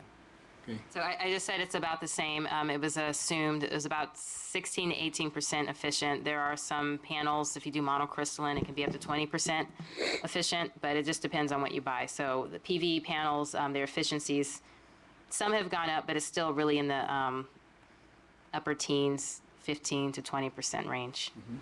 Okay. All right. Carolyn, shall I ask you a question? You want to come up and ask it? Come on up. I think so. You're asking about whether or not the cost for the land, where the Yeah. solar's going to go, is My included in question the is- analysis, right? Yeah, my question is have you factored in or looked at some rates for the rental of the land or the purchase of the land for the solar panels into the whole cost of the product? The cost of leasing the land factored into this. What costs were factored into it were pretty much infrastructure and then also remediation costs. So there's a number, well, I'll just kind of give you a rough estimate. So it's about $2 and change is what it costs per watt hour nationally. And then for this site, it would be about $320 to $380, depending on which system you get. I think it's like $320 for your fixed mount system. To actually site it, but the leasing costs were not factored in. So that's where your power purchase agreement comes in. Who is going to own the system is going to be usually the most popular model now is you'll have some sort of third-party developer come in. There's a number of them in the Bay Area, like Cooler Solar. I don't know if SunPower does this. Katie would know this answer to this question, but Solar City, I think, does stuff like this. But they'd come in, they'd scope it for you specifically. They would take something like this and get even more detailed, and then they would figure out, they would work with UPC or whoever owns the land to figure out a cost-sharing agreement which is profitable for them and also meets the needs of the city and the developer. So that's usually how it works. So we didn't take into consideration leasing costs because those numbers are unknown at this time. If I may, Mr. Mayor, I'd like to follow up on that. So, when you showed some of the examples of the other sites, are they government-owned sites, or are any of them privately owned? Well, let me look. I might not be able to answer this question. Because this site is privately owned by UPC. So, let's see, West County Wastewater Treatment District, Fisher Depot, Aerojet. So Aerojet is actually one that's privately owned, even though it's a Superfund site. It was the Aerojet company that put in those solar panels. And I don't think they entered into a power purchasing agreement, but they do sell the energy to Sacramento Municipality Utility District. And they do have RECs for their energy, and they have some other things going on to make sure that both the utility district and them are benefiting from this power. And it's more of an electron sharing agreement, so this energy isn't going directly to the groundwater treatment system because they have a 25 megawatt groundwater treatment system on site. This is 6 megawatts. They get credits for the electrons that they develop, and those credits end up going back to the company. So it's kind of like an offset system. Okay. How big is that site, by the way? I'll just know about 50% are private. Yeah, he has Sorry. a text. About 50% are private, and we can send you a list of completed projects as well. I think that would be really helpful because, as our planning commissioner, Carolyn Parker, had mentioned, I mean, that is something that would need to be factored into, the feasibility of putting the ground-mounted solar panels. I mean, it is owned by a private corporation. Right. It would have to be beneficial for both parties to implement that. So yeah, getting that information and understanding like how these private companies worked with the cities where they have this land and how it was beneficial for both would be Sure. helpful. And maybe we can draw out a few case studies that might be That are similar. aligned, Yeah, absolutely. if available. Yeah. Okay, thank you.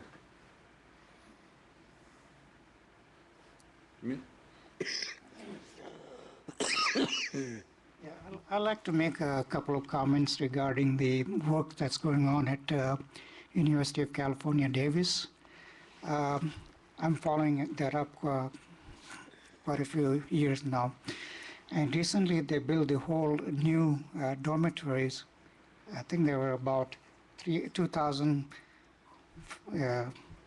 rooms that it's all fully solar, 100%. So, and also as far as the sustainability and the green building initiative, that particular site has 100% green certified.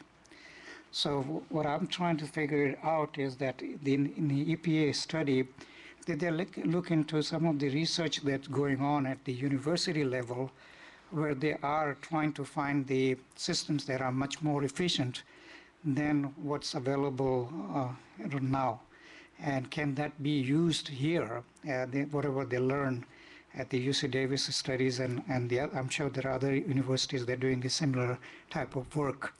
I think that the efficiency of those solar panels are a little bit higher than what was mentioned here. And so that will be something that we should look into. And then there's another concern I have is there's a lot of misconception in terms of solar power as to how much it's going to cost. We see all the time this advertisement, zero cost for you, but that's really not true. If you look at they're basically leasing you for a certain number of years, and then after that they can take the panels away. But that's a separate issue than what we're trying to do here. But I think what I encourage the EPA and other agencies is to make sure that the false advertisement like that should be stopped, so that the people don't get confused what the solar energy is and what it really can do for people in terms of their getting their investment back. So a lot of these contractors, they come left and right and give all these kind of things. And also another thing I like to see is if the city will be interested in developing their own utility district like Sacramento did. We are not that big as Sacramento, but at a smaller scale, can it be done? And if it's done, should we look into that, the feasibility of that? That way we will eliminate the third party, which is PG&E, and we can control that. The solar and if you go to any place in Sacramento, they give you the option that either you can go through PG&E or you can have the solar, energy produced by solar through Sacramento Utility District. So I think that may not be a bad idea, but I don't know how much it will cost in terms of setting that up at the city level. And maybe we can get the cooperation with the neighboring city, for example, San Francisco, and see if we can jointly come up with some kind of a utility district like that, where we avoid the third party. So maybe that should be looked at it further into these studies. Thank you. Okay, thanks, Jamil. Sorry for the kind of awkward back and forth, but I've just been communicating with Katie, and again, she's really sorry she couldn't be here. Can we get your name? I'm sorry, I'm David Yogi. I work in the Public Affairs Office.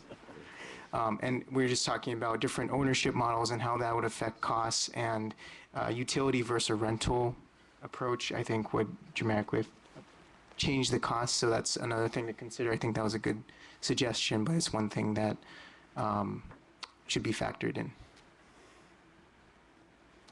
Thanks, Dan. Okay, Dana?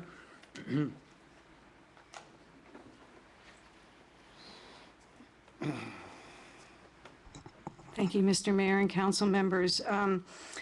When I read the original document, I was going to come up and say $1 million for this. So thanks for clarifying that, because I was astounded.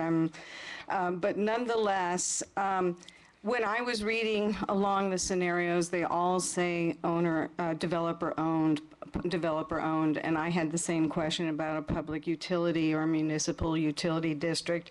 As you know, what was it, 15 years ago or more? We had tried to work with San Francisco, and unfortunately, there were enough naysayers in the town, I think it was 2-1, that didn't want to work with San Francisco, but that doesn't mean that we can't form a municipal utility district. I was a little alarmed to see that the rooftop arrays that the developer would put on would be equal to a farm, because for a number of reasons, it only makes sense in my mind to do a farm, a solar farm, because you won't have 400 or let's say 5,000 owners.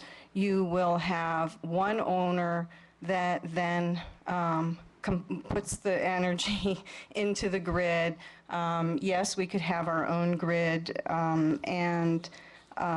so when the comment had come up that we could get low cost power to the communities, I put a big question up there because there's absolutely nothing in place. One utility is going to have the same, actually have to work through the Public Utilities Commission and things like that in order to set their rates. I'm really concerned that one would take this document and think that 500, 7,000 individual panels is better than an organized area in the form of a solar farm. There are some other renewable energies that weren't looked at that I had suggested earlier, but I can understand the necessity of at least focusing on one. In the future, we could go into looking at the heat values, because as I said, when we look at the core drillings out on the baylands, when they measure temperature, it's always in the 70s and 80s, and it's because of the chemical breakdown. And there is some potential heating potential using the heat of the land mass that's out there. So anyway, I don't think that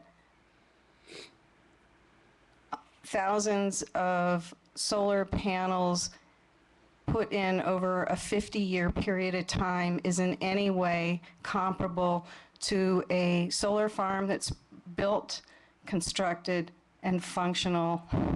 Not 400 different service calls when the unit goes down like we experienced here in town.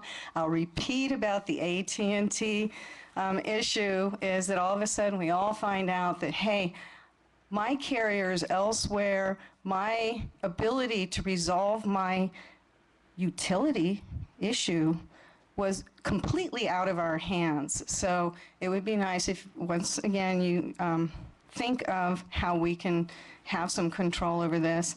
And the other thing that I thought about is now they're starting to make solar panels that are flexible, that actually can work on skins of buildings. So it may not just be the rooftops. And I know that's what they chose to evaluate, but if we were to require the skinning of buildings and things like that, the number of watts that we can produce would be, exponentially greater, because we're covering more surface area rather than just having our current thinking about solar panels as being, X number of feet long by X number of feet wide. Thank you. Okay. Thanks. I just wanted to respond really quickly to this. So again, this is just meant to be a baseline study on potential, and the assumptions are pretty conservative. And your last comment about thin film solar, the efficiencies on that are about 6 to 8%, so they're less efficient than the photovoltaic, the silicon photovoltaic. So that's something to take into consideration. And again, the numbers that we came up with are based on acreage. We don't actually know what the buildings will look like or where they're going to be at this point. So we just use the plans that we have, the area that we have, or NREL used the area that they were given, just to, come up with something that maybe can be used as a planning tool. So all those are really good idea. That was interesting to hear about the biodegradation in the baylands. I didn't know that had temperatures that high, so maybe there's potential there. And yeah, there's always potential for forming your own utility. I think Marin County set off in that direction recently. I haven't followed up with where they're at with that project of having an alternative utility to what's out there, but there's potential for it. Or maybe, maybe you could sell your energy to a big buyer. Maybe the airport would buy it, or somebody like that. So, I mean, there's a lot of different ideas out there, but again, this is just really just to get everybody thinking. It sounds like everyone is thinking, and it sounds like there's a lot of follow-up work that needs to be done with this study to kind of hone in on what's best for the community. You have comment? Yeah. After everybody. After Molly and then Michelle.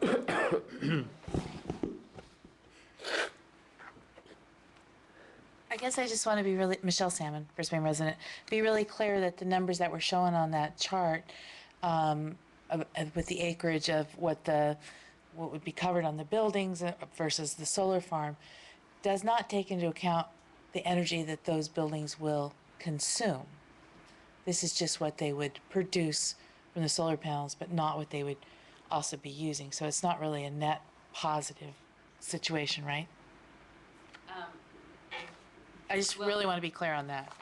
Well, if you think of it as it's a utility, so you're selling the electrons. So even if they are consuming, there's still the process of you have this generating infrastructure, and then even if you're in your home living on the Baylands, or if you're in San Francisco at the airport or somewhere else in Brisbane, you still have to go through the process of purchasing that power. So that's really what it's kind of taking a look at.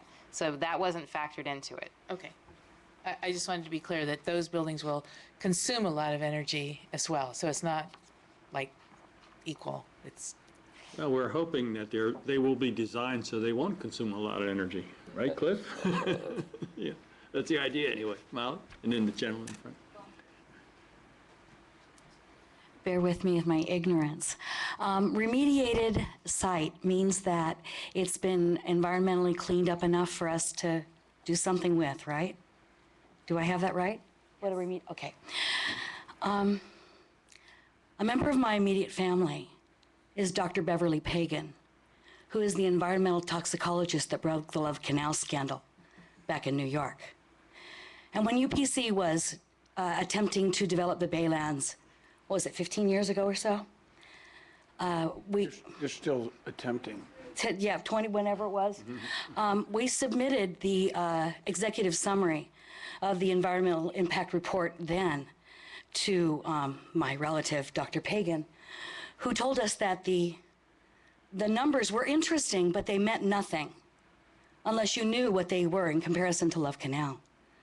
And some of the chemical levels on the Baylands exceed the levels, the toxic levels of those at Love Canal, which caused rampant birth defects and huge cancer clusters. And we are in close proximity to that. So I wonder, who's going to bear the cost of remediating that land? Does the EPA pay for it? Does UPC pay for it? And how safe is it? I mean, I don't know. Is this the stuff that I need to bring up at the EIR reports? Those things. Does it impact even us planning it? If we're planning on building buildings, if you can't dig, you can't build. Yeah, I think the overall answer to that is that all these questions have been addressed presumably in the draft environmental impact report, and we have 120 days to decide whether they've been addressed adequately and completely. And if we don't think so, then we comment to that effect and ask them to go back and do some more study.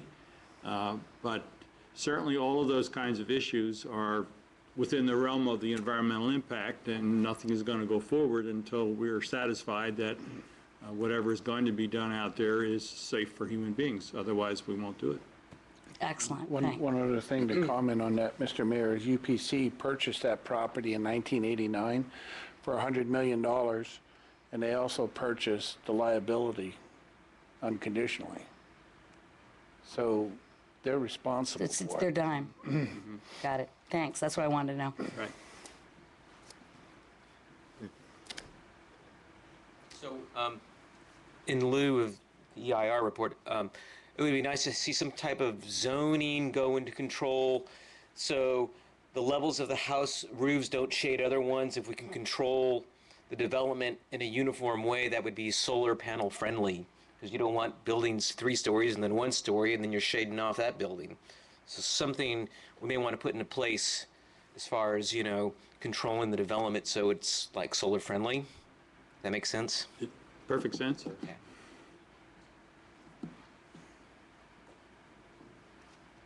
Hi, David Yogi again. Just clarify a couple things. The energy use of the building was considered in the report, and there's an estimate that it's about 50 megawatts, I guess, for the buildings, proposed buildings. And then with regard to contaminants, that actually wasn't part of the scope of the report. So just to clarify. Yeah, go ahead. So I can answer Molly's question in my other role as a remedial project manager. So it's my understanding it's the Regional Water Quality Control Board and DTSC who are in charge of the regulatory action on that site. So usually in a process of cleaning up the site, the developer or whoever is remediating the site will have to meet certain levels which are set by the state and also federal government to ensure that if the end use of the land is residential, if it's going to be for a park, or if it's going to be for industrial, that things are cleaned up to a point where they will pose very minimal risk to humans. So I think the risk number that we use is less than, or it can't exceed like 1 in a million potential risk over a long-term period. So you mentioned that your aunt was a toxicologist. So what they do is they look at these exposure scenarios. So if somebody was living on the site for 30 years and actually eating the soil every day, what was their chances of developing cancer? They use these very conservative scenarios to make sure that whatever is cleaned up doesn't pose a risk to humans that are living in that area at a certain time in the future. So I'm thinking that the Regional Water Quality Control Board, DTSC, and also understand that California Department of Public Health and San Mateo County Health Department are all involved. And the developer, if they purchase the liability 100%, which is very rare, then that means that they're going to clean up to make sure that they can develop on the property without posing harm to any people. So, and you guys have to, you are all involved, so I'm pretty sure that if they aren't doing what they're supposed to be doing, that somebody will point that out. Thank you. Jamil? We're taking too much time trying to come up with all kinds of questions, but this is an important issue. In order to respond to what one of the member of the audience said regarding the hazards and all that, the Planning Commission is starting this week actually the review of the EIR, and I'd like to invite all of you here to come and attend those meetings, because that will be the starting point, and hopefully we will have enough audience to come and give us their feedback. And as far as the actual development as to how the solar panels will be attached and shadow effect of different types of buildings and all that, the usual procedure is that the developer will submit a 3-dimensional view of the entire site, how it's going to look like, and mostly it's a model that would show. So in that particular case, we can, if we go with the roof attached system, then we have to make it clearer to the developer that they have to do some type of studies in terms of these shadow effects from different buildings and the heights and variation of the heights and orientation and all that. All of that has to be taken into account. And the other thing is that we are looking at the estimates based on the 100% occupancy or 100% build-up. That won't be the case. So whatever number we are getting, they are the, when the whole development is built. So we have to look into that, to take that into account also. So from that point of view, if you look at the roof mount system will not be practical because it will take a long time for us to achieve that goal.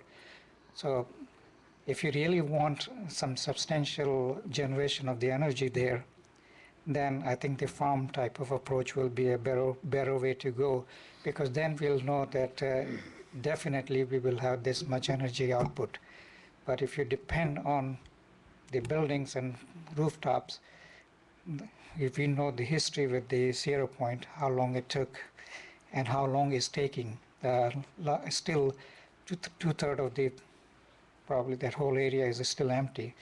So it can happen in this site also, and we may have all these schemes, but in the final analysis, we develop only 1/3 of that, and we don't have much energy produced. So when you make the decision, please keep in mind what's our ultimate goal. We're trying to generate certain amount of energy, or we're just going to depend on as the project progress.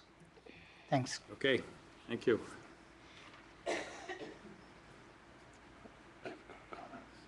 I have a couple comments. Okay, go ahead. Just real quickly,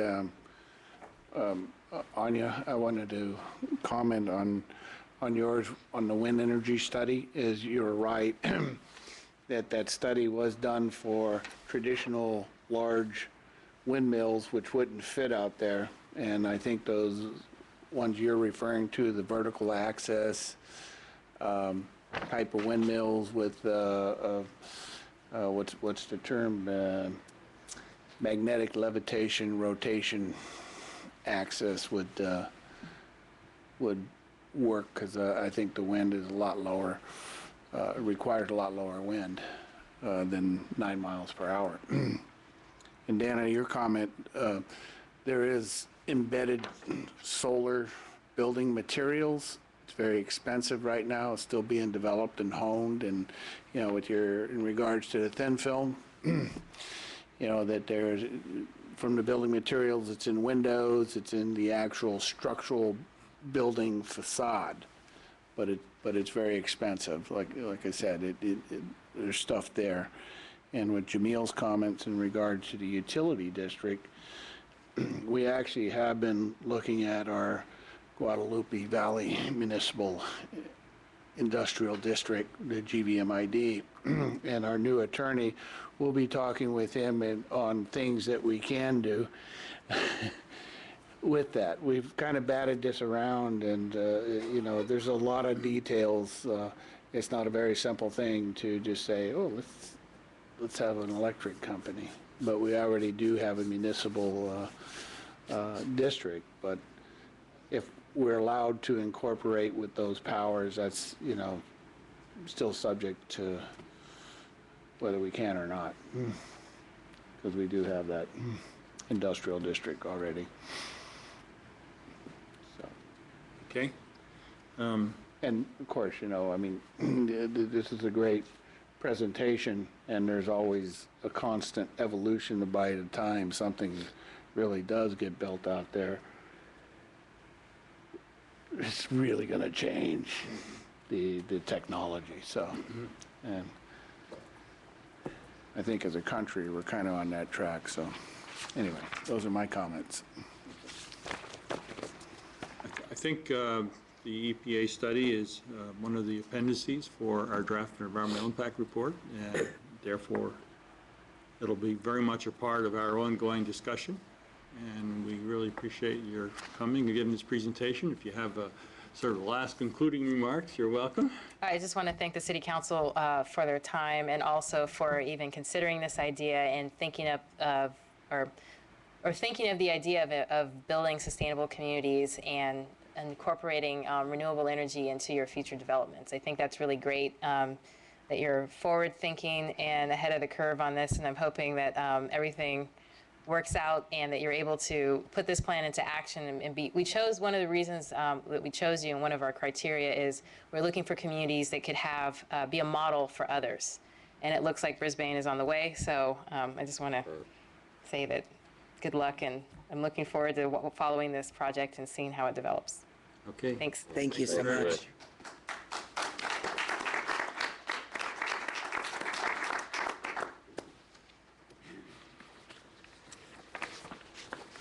Okay, I have this probably naive thought that the public hearing part of the agenda will go fairly fast.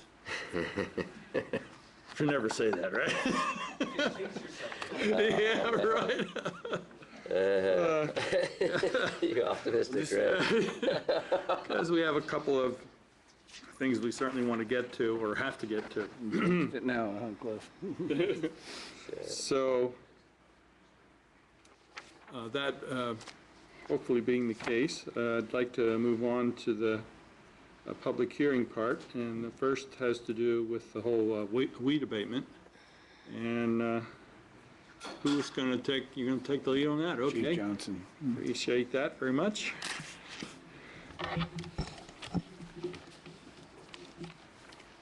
Good evening, Mayor Miller, council members. This evening we're here before you so you may open the hearing, a public hearing on any anybody who wishes to protest their notice of weed abatement. The council remembers back in 2009, the council created an ordinance which is aimed at reducing weeds and flammable waste around the structures. And to that end, back in April, we sent out notices to the community reminding them to begin this process. And we have been working since that time with the community in contacting with them to have them follow that up.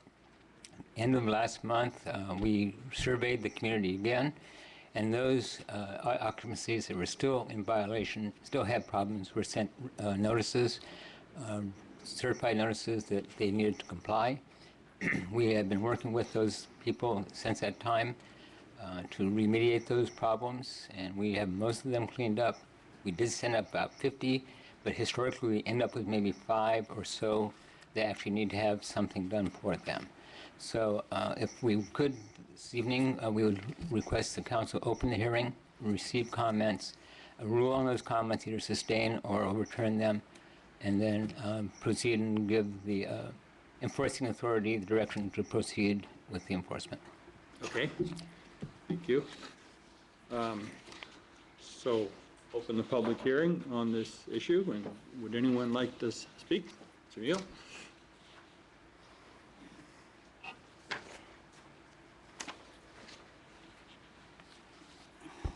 I think it's a good idea to have such an ordinance, and we learned a lot from the Oakland fire, Oakland Hills fire.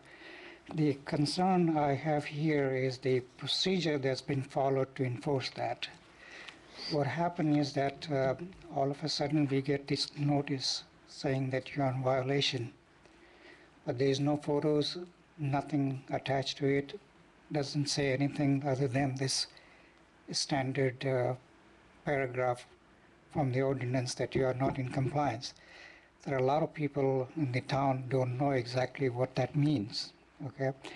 And when the inspector does the inspection, he doesn't even tell the person when he is going to be. It's just an open date that he's going to be such and such time. That's okay.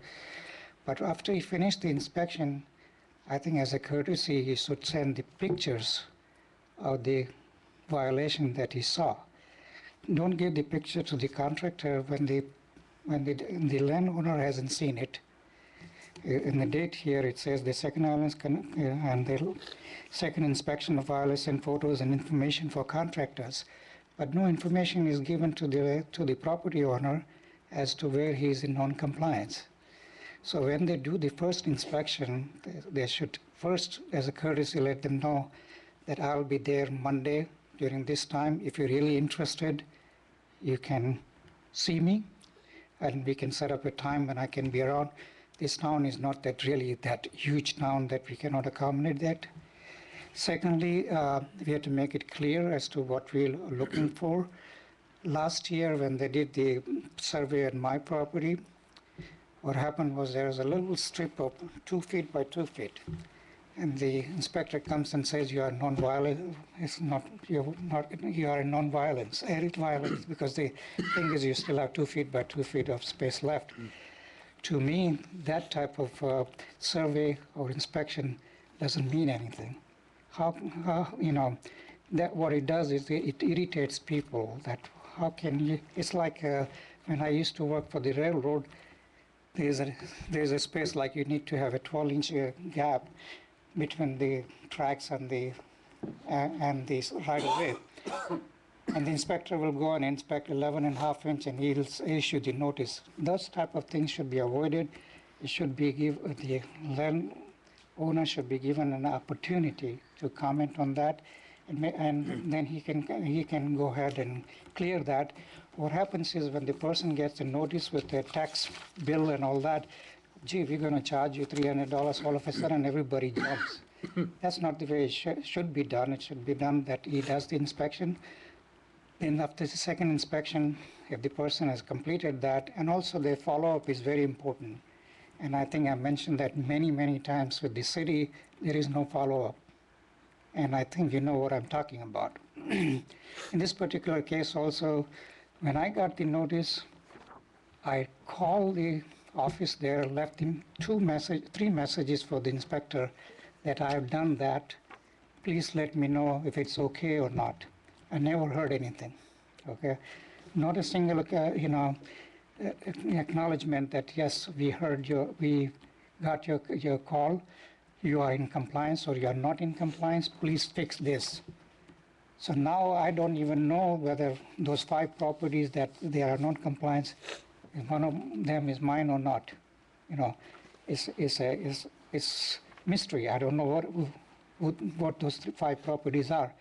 So the inspector, he did the second inspection and he sees that, or he got the message from me and I said I hired the people to come and clean that.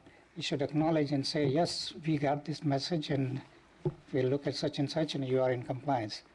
So at least I feel a little better that I don't have to worry about city doing this for me. But it has never been done. And this is the approach used in many, many communities, and I always say, even when I work with the other fire departments with the BART, that we have to work in a friendly manner with the landowners. But the goal we have here is we want them to be in compliance with that. So don't send this threatening letter after a first inspection that such and such, or I'm going to put a whole, lien on your property.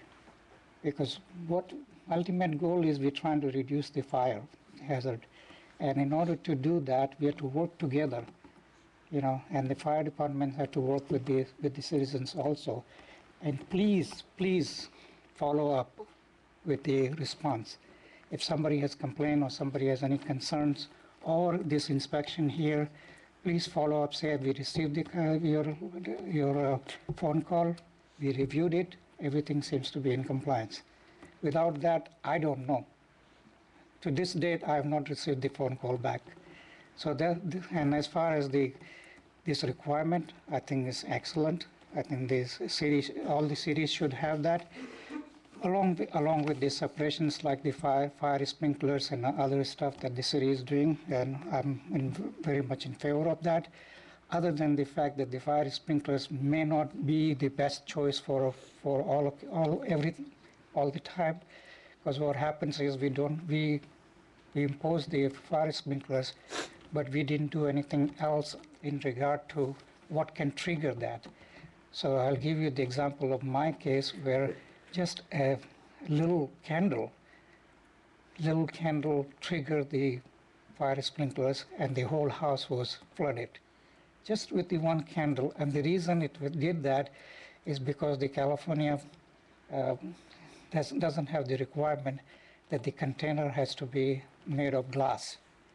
So unfortunately, that particular container, I guess it was made in China or whatever, it was made out of plastic, and it started burning and triggered the the sprinkler system. But that minor incident turned into $250,000 worth of damage. So we are, the intentions are good, but at the same time we have to look at the overall picture to see how this thing is going to be triggered, and we don't look at it. We say, well, fire sprinkler is going to resolve all the issues. No, there are other things that can trigger that, and how can we have to do the analysis to make sure that that doesn't happen. So as a result, a lot of insurance companies don't want to insure the homes in California because of these kind of things, including the Allstate. So anyhow, so those are my comments, and I hope that they will taken as a constructive comment, that I think the land owner should know before the contractor know. Before the contractor has the copies of the photos, land owner should have the copies of the photos. So hopefully you'll consider that. Thank you. Thank you. Any other public testimony? I did want to mention, I had a phone call about this, and it's kind of a similar comment to the statement that Jamil made, and namely that when the notice goes out, there is no information on that notice as to, exactly what the violation is, or where it is, or what's the nature of it. Is it grass, or is it bushes, or trees too close? There's nothing on the notice, so the homeowner is kind of, puzzled as to, so what am I in violation about? And so that's another consistent comment that I also received. So I bring that to your attention. A motion to close public hearing unless... Yeah, so, hang on, and we'll give you a chance to respond, but that probably, we should close the public hearing before you do that, unless there are other people who want to. Okay, Michelle? Michelle Salmon, Brisbane resident. No, I didn't get a letter. But one of the things that has concerned me, even when we first enacted this ordinance, and it was right after, shortly thereafter the 2008 fire. And I watched the 2008 fire burn Owl Canyon and Buckeye Canyon, and the conflagration in Owl Canyon was pretty damn scary. But I want to caution us not to go overboard because of our fears and take a little bit. I'm concerned that, how we have infill housing, well, we also have infill habitat. And I'm worried that if we, don't look at this case by case and really think about the interface zone and people's yards and everything, in enforcing the ordinance, that, we may be subtly doing more harm and taking stuff down to bare earth and as a kind of reaction to our fears. And so I just caution about that. I still, this ordinance still makes me just a little bit twitchy about people who don't really understand and then go out and just clear cut their lot, and then it comes back worse. And it's no longer a green space, it now becomes a brown space, and it becomes a worse hazard over time. And I just kind of worry about us like clear cutting too much. So that's my statement. Okay, thank you. Any other public testimony? Motion to close public hearing. I think we have to do this in a particular way, the wording of the motion. No, that's the next one. You sure? Can we just, it says here we're supposed to, close the public hearing and sustain or overrule any objections which have been raised?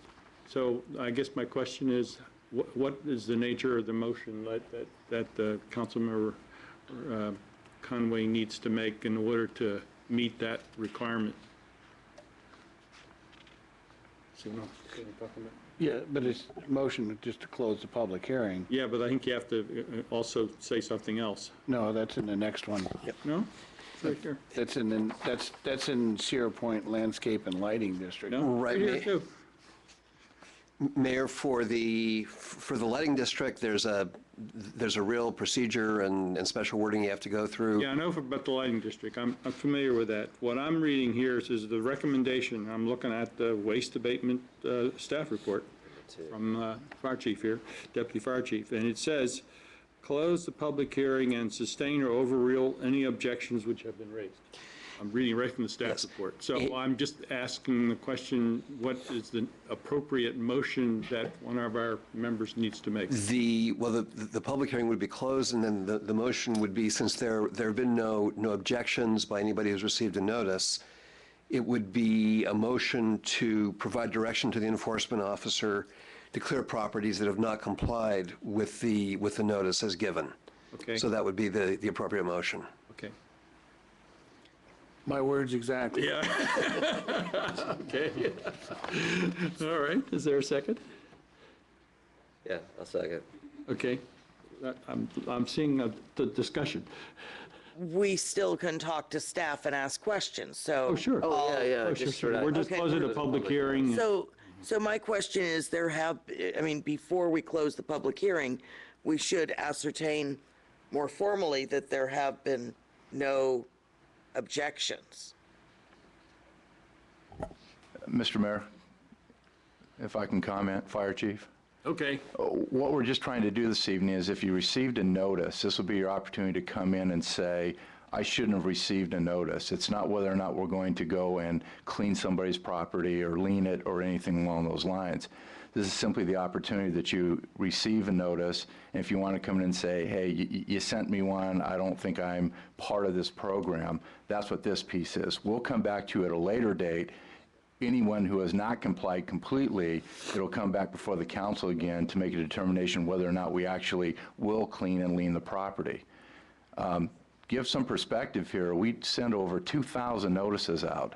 I mean, we have very little staff to deal with this weed abatement vegetation problem here.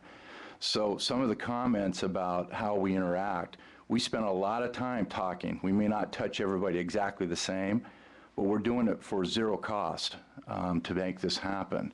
And we end up with maybe 2 or 3 properties, sometimes the same ones every year, that don't clean the property. They're out of the area and just soon have us lean and clean it. So I just wanted to give some perspective into this whole program. We're doing it basically on a shoestring in order to provide as much safety as we can in this community. And, so we'll listen to the comments about getting back to people, but we're doing it for zero cost. So we do the best we can do, and with the magnitude of the numbers, this is a big area. This is not little for people that think that it's just a small little project. This is a major undertaking that we do. So all we're asking for this evening is if somebody got a notice and they shouldn't be a part of that, to come forward tonight and say to you, I don't believe that I'm part of this program. And then we go forward. But we continue every day to work with property owners on trying to get their property cleaned up before we even get to the point of ever leaning and cleaning. And we don't even want to do that. And like I say, the numbers are really, really low on an annual basis that we even get to. Okay, now that explanation's very helpful. Thank you. Call the question. So are we ready to vote? Yeah. We can still have further discussion. Sure. I know you want to respond to some things, yeah. Okay.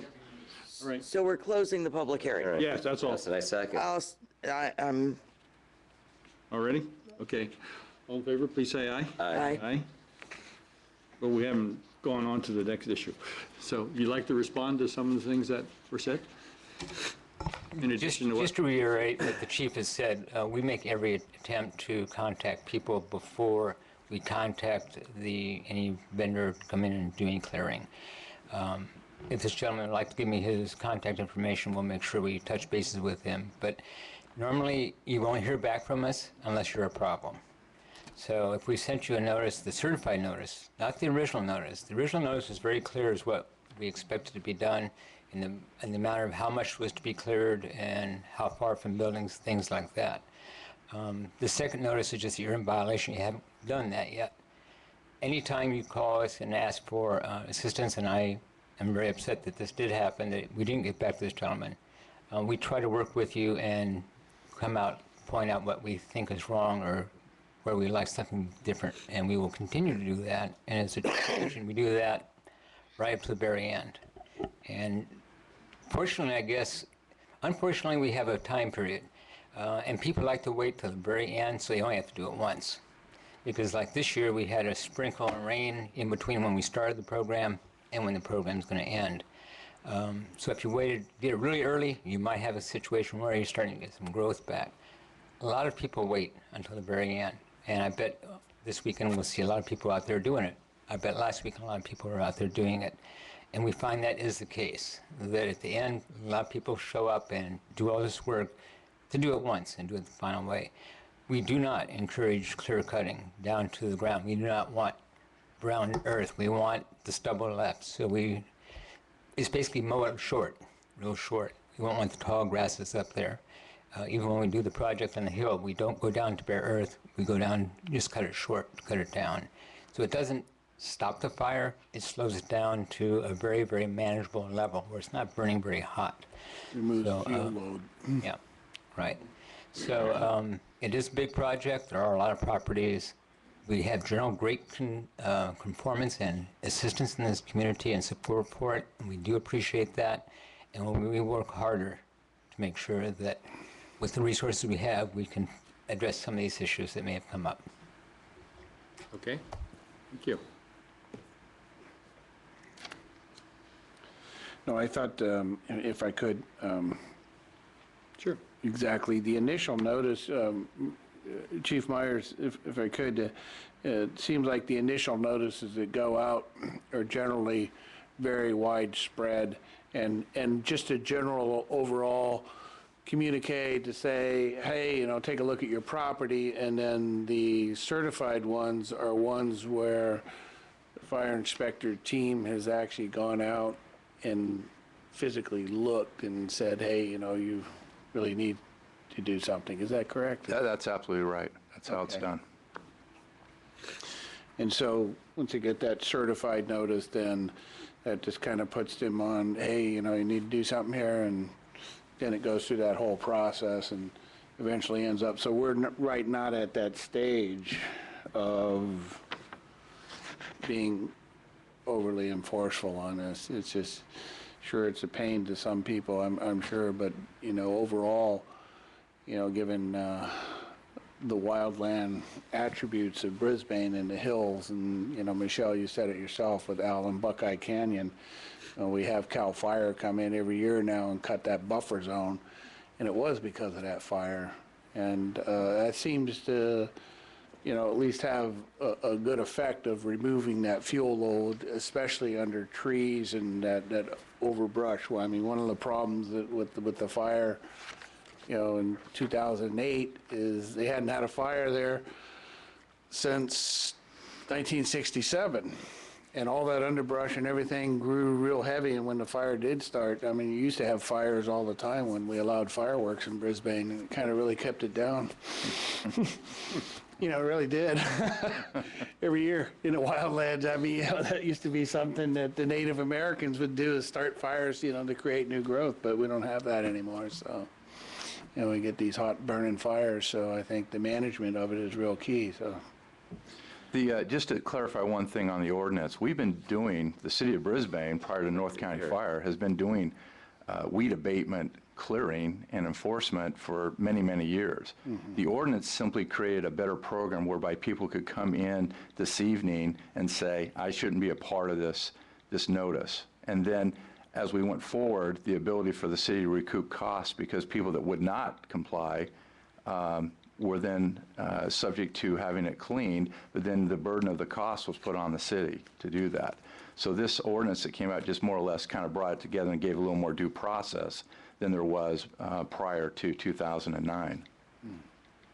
And the second notice that people get, it says clearly on there, and unfortunately the gentleman didn't get a phone call, but we get tons of phone calls, and it's emphasized on their to-call list to come out and meet with you and take a look at your property and what it is that needs to still be cleared for us to sign you off. So we're doing that month after month during this program with the residents in Brisbane. So I guess we'll be getting back to Jamil there with the... My main concern was when they sent the first certified notice that the inspector, they should have passed the photos. Because the inspector is going to... you know this drill. Come on, Jamil. Okay. Come up to the microphone. Right now. You want, yeah.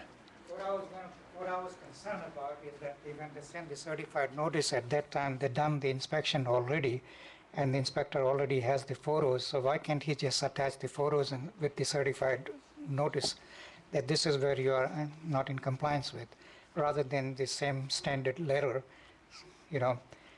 that way. And again, after it's done, then we have to know whether I'm in compliance or not. And to this date, I don't know.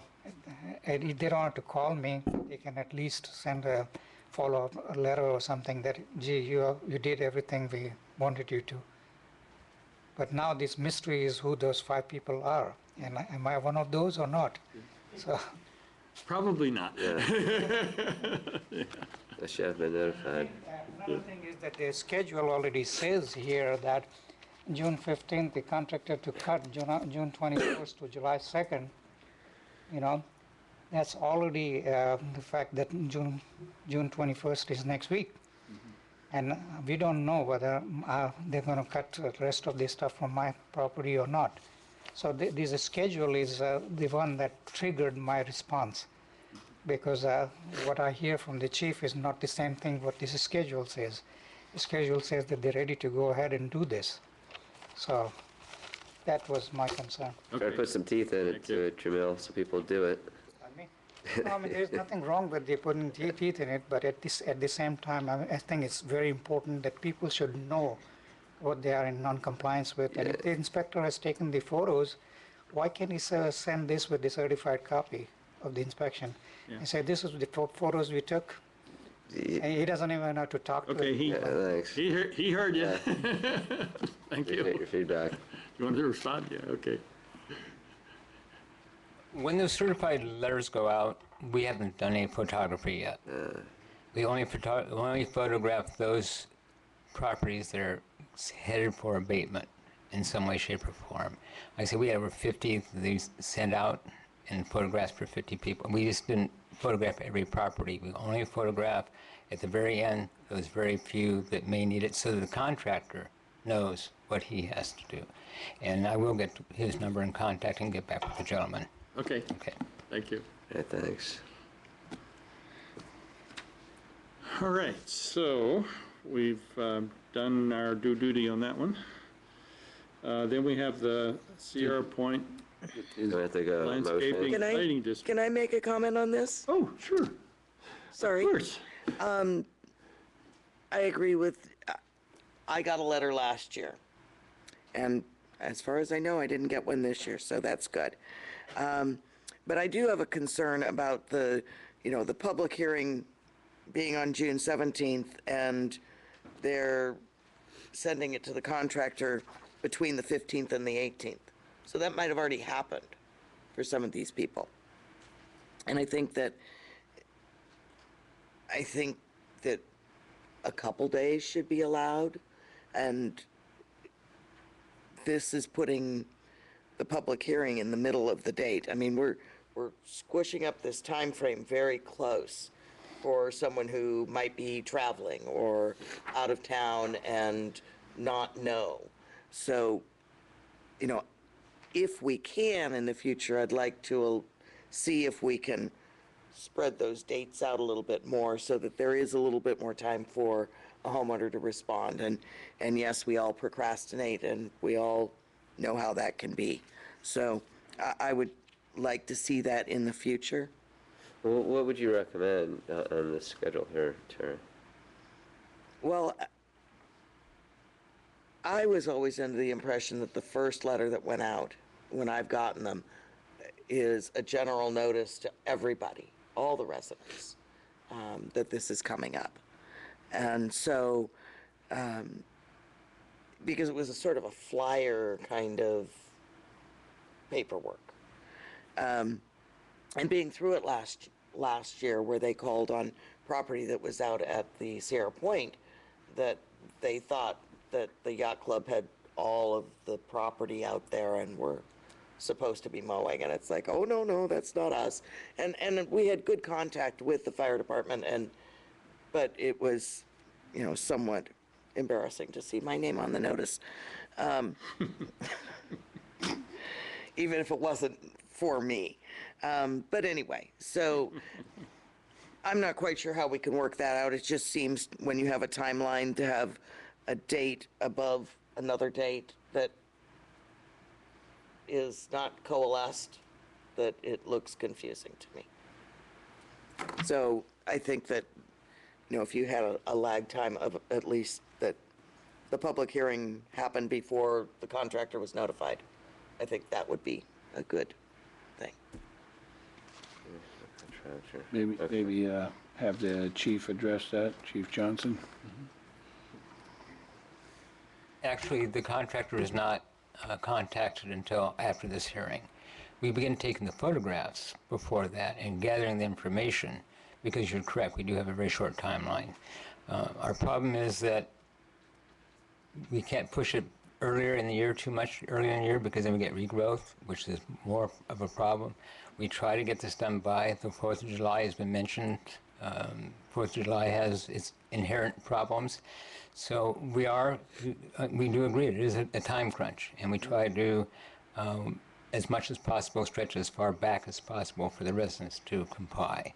And we try to work with them as much as we can, but the contractor is not ever contacted prior to this meeting, and usually isn't contacted for another week, because we want to give, again, we work with anybody who's still. So if there is a property owner who may have gotten this letter, or they still can call you and absolutely. can still be worked out, they can say, I'm cutting it next weekend, or and get some timeline from that. That Absolutely. would be great. Absolutely. Yeah, and Chief, since you're up there, I mean, most of the houses that do get the certified notice, they tend to be up on the hill and. I haven't looked at I haven't plotted out where they are, and again, a lot of this is just because people wait longer. We have this deadline of we have to have the hearing within a certain period of time, and then it still gives us some time to do the abatement if necessary. But all along through this process, we're working with people to abate it. The reason I bring it up is that, I mean, I get the notice. I mean, I have I have a big lot, and I try and get to it. Saw you weed years I do. Saturday. That's right. You saw me with the weed whacker, on Saturday. Yeah, but and I know some of the neighbors. They're out doing the weed whacking. You hear that familiar sound. Yes. But I think that probably most of the people that get the notice got the notice last year, and they got the notice the year before, and the year before that, and so they. The ones at the end, you're correct, sir. They kind of know, and Jamil, you've gotten that notice lots of times, man. So, but you cut it, and yeah, like the chief said, it's not, and we've gone through this, every year. It's a small budget, and if you do the work, and if you didn't do it correctly, you'd notify us. Yes. And so, yeah. And clearly, just so you know, I mean, the real emphasis on this is we work with people. We do not want to call the contractors. If somebody were to call us the day before and say, I'm going out there today to start doing, we would hold off on the contractor. So usually, these are the same people that got a notice in April and haven't done it all the way up to this point and don't plan on doing it until we start to take an action, and then they may say, oh, I'll go out there now, or they just don't do it and they never planned on doing it. And there are sometimes properties that are out of the area owners that just soon have us do it. All right. Thank you. Okay. So my naivete is showing. So now we give direction to them to proceed with what they need to do. Right, we've already done that, I think. We already passed that motion. But I'll second that. Clear as No, I thought we already passed that motion, didn't we? No. No, just to close the public hearing. We haven't done I a think Terry gave a motion, I second. I thought we passed the motion that you accepted city attorney's language. Exactly. Yeah, so we've already done that. Which we closed the public hearing and directed the fire department to continue with the enforcement actions, right? Okay, that's good enough. We did that, right? I don't think we did, but that's okay. Yeah. We can do it now. City clerk's got it in the record. Yeah. Okay. I heard it. Yeah. All right. Okay. Okay, so let's move on to the Sierra Point Landscaping and Lighting District. And for this, we do have a very definite legal procedure to follow because it is under that particular law. And so should I just read my statement to start off with? Okay. So, This is the time and place set for hearing on the engineer's report and the levy and collection of the proposed assessment for fiscal year 2013-14 for the Sierra Point Landscaping and Lighting District. These proceedings were undertaken pursuant to the Landscaping and Lighting Act of 1972. The engineer's report prepared by the engineer of work consists of the proposed improvements, the boundaries of the assessment district, and any zones therein, the proposed diagram, the estimate of cost thereof, and the proposed assessments upon assessable lots and parcels of land within the district. Any one of these items may be the subject of protest or endorsements. You are asked to clearly identify yourself and the property owned by you so that your statements may be correctly recorded. The hearing is declared open, and I will ask the city clerk to report on the various notices given in connection with the hearing. Notices have been mailed and posted as required by the Landscaping and Lighting Act of 1972. Proofs of mailing and posting are on file in my office. A copy of the engineer's report prepared by the engineer of work was filed in my office on May 28, 2013, and has been open to public inspection since that time.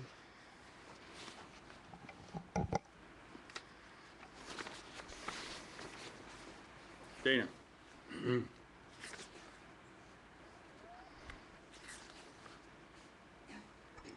Dana Dilworth. I'm not an individual property owner, but I am a resident and member of the public who uses the marina.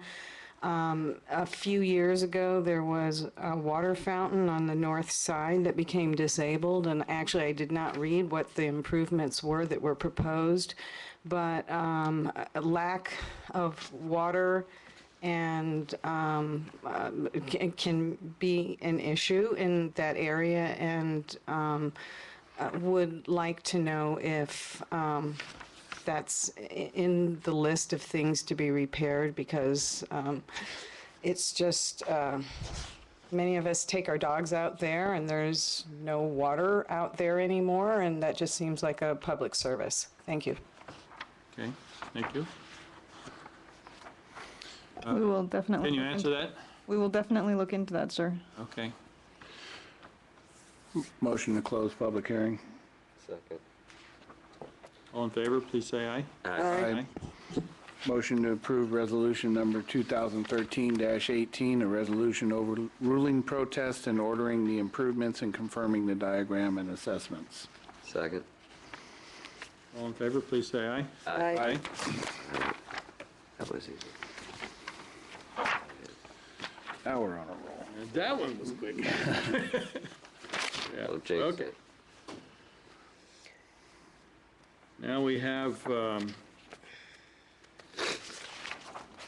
the next is the stormwater program fees. And I guess we should have a staff report before we do the public hearing. This is the annually occurring process to assess individual properties and to pay for the Brisbane local stormwater program. The fees have not changed from last year for this assessment. Are there any specific questions? I have none. I have none. Are there? Shall we open the public hearing? Yeah, make a motion to open public hearing. Anybody, I think I can just do that. Just do it, okay. Anybody wish to speak on this issue? Motion to close public hearing. Second. All in favor, please say aye. Aye. Motion Now, we need to, before we pass the resolution, I wanted to make just one comment. And that has to do with the question of the reimbursement for this program, the NPDES. It's really a federal program which is being regulated and monitored and administered locally by the Regional Water Quality Board, I believe. And the requirements for which keep escalating, which means our costs keep escalating. And one of the recommendations in the staff report is that we wait until November 14 before we start the process of how we get some reimbursement here for this escalating cost. And I'm just kind of uncomfortable with that, and I'd like to hear some comment from staff, because it would seem to me, since it is a substantial amount, it's over $200,000, that maybe we should start looking into, getting some reimbursement through the process that's allowed sooner rather than later. Sorry, I'll take over for Karen on this one. So yes, as you note, it's interesting to go back through history and see that in 2009 we had $50,000 approximately budgeted for the NIPDES program, and that happened to be coincidentally the same year that the San Francisco Bay Regional Water Quality Control Board issued their new order. Now, 5 years later, the cost to run this program is nearly $290,000. The reason that staff is suggesting that you not go through the Prop 218 program right now is that probably 4 months ago, the City and County Association of Governments of San Mateo County decided to take on a clean water initiative, and they are working on coming up with this Prop 218 passage. I was just on the phone this morning. I'm part of the committee working on that at the staff level, where we were going over what the phone survey and such is going to be. So certainly the council could do that. You could do that independently if you chose to. I just think that it might be a bit much for the voters to deal with if they dealt with our Prop 218 and then also dealt with a county Prop 218 at the same time. So it might cause one or the other of them to fail. They're talking about going to a consolidated vote? That's correct, yes, sir. By when? I don't have the exact date on that because they haven't got far enough into it, but I understand next month they're going to be briefing all of the city's legal counsel on it. So they're going to have a come-together meeting to give them a progress update on that. I seem to think, because Matt Fabre is one who's leading that, and Matt, of course, used to work for the City of Brisbane, and now is the City and County Association of Governments engineer in regards to stormwater. And for some reason, it seems like November 2014 is ringing a bell, but I don't know if they're trying to push it through in this November. I don't think it's going to be able to, there's enough time for it to meet a ballot measure, because they're trying to get something passed in Sacramento just to allow some legislation through. So that's part of the challenge, sir. And the other challenge, I think, that's probably more pressing for November 2014 is when the new regional permit is going to be issued. The permit had a 5-year life, so originally in 2009, and so they're going to reissue it in 2014. And what that tells us is that we have no idea what those conditions are going to be. So if we were to go forth on our own 218 right now, we might realize that we need a lot more money, or we need more money, say, within a very, very short time period. It's one of those challenges of how distressing that would be to the voting public as to whether they would be able to handle that number of requests for additional funds on the very same topic. Yeah, I guess the question for me is, how much can we rely on some kind of expedited timing on the part of CCAG, I guess is what it amounts to. And so Clark, you're there to help us be informed about that. Yeah. Because, the longer it goes, the more we're spending a substantial amount of general fund money on something that, really ought to be reimbursed. And so I guess my concern is not that we want to have, 2 elections back to back or anything, but maybe we should start a little bit of, going to these meetings and finding out about, the 218 process and whether they really are on a fast track for the county and what makes the most sense for us to do. So I think that'd be a great idea, and I think staff and new legal counsel would be able to give you an update in August. Okay. Sounds fine. Sir. Okay, so we have a resolution. So a motion to approve resolution number 2013-19, a resolution of the City Council of the City of Brisbane imposing charges for funding the local Brisbane stormwater program. Truncated. Second. All in favor, please say aye. Aye. Aye. We're kind of one of the few cities that do supplement stormwater drain through NEPDES, just so you know. Mm-hmm. So, it is a pertinent point on your part, Mr. Mayor. I attended one of the CCAG meetings, I guess about 2-3 months ago, and this topic did come up.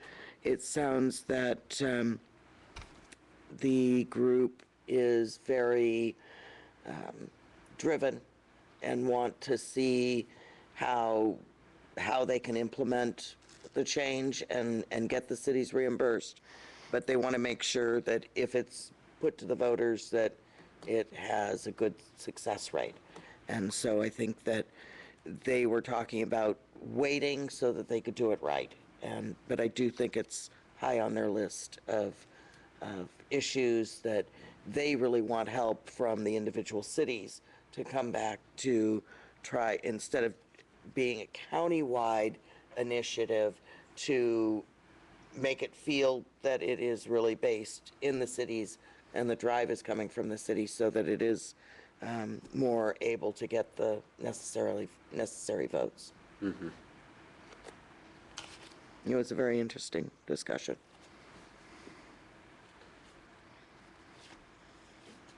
Okay, so one more public hearing. Moving along.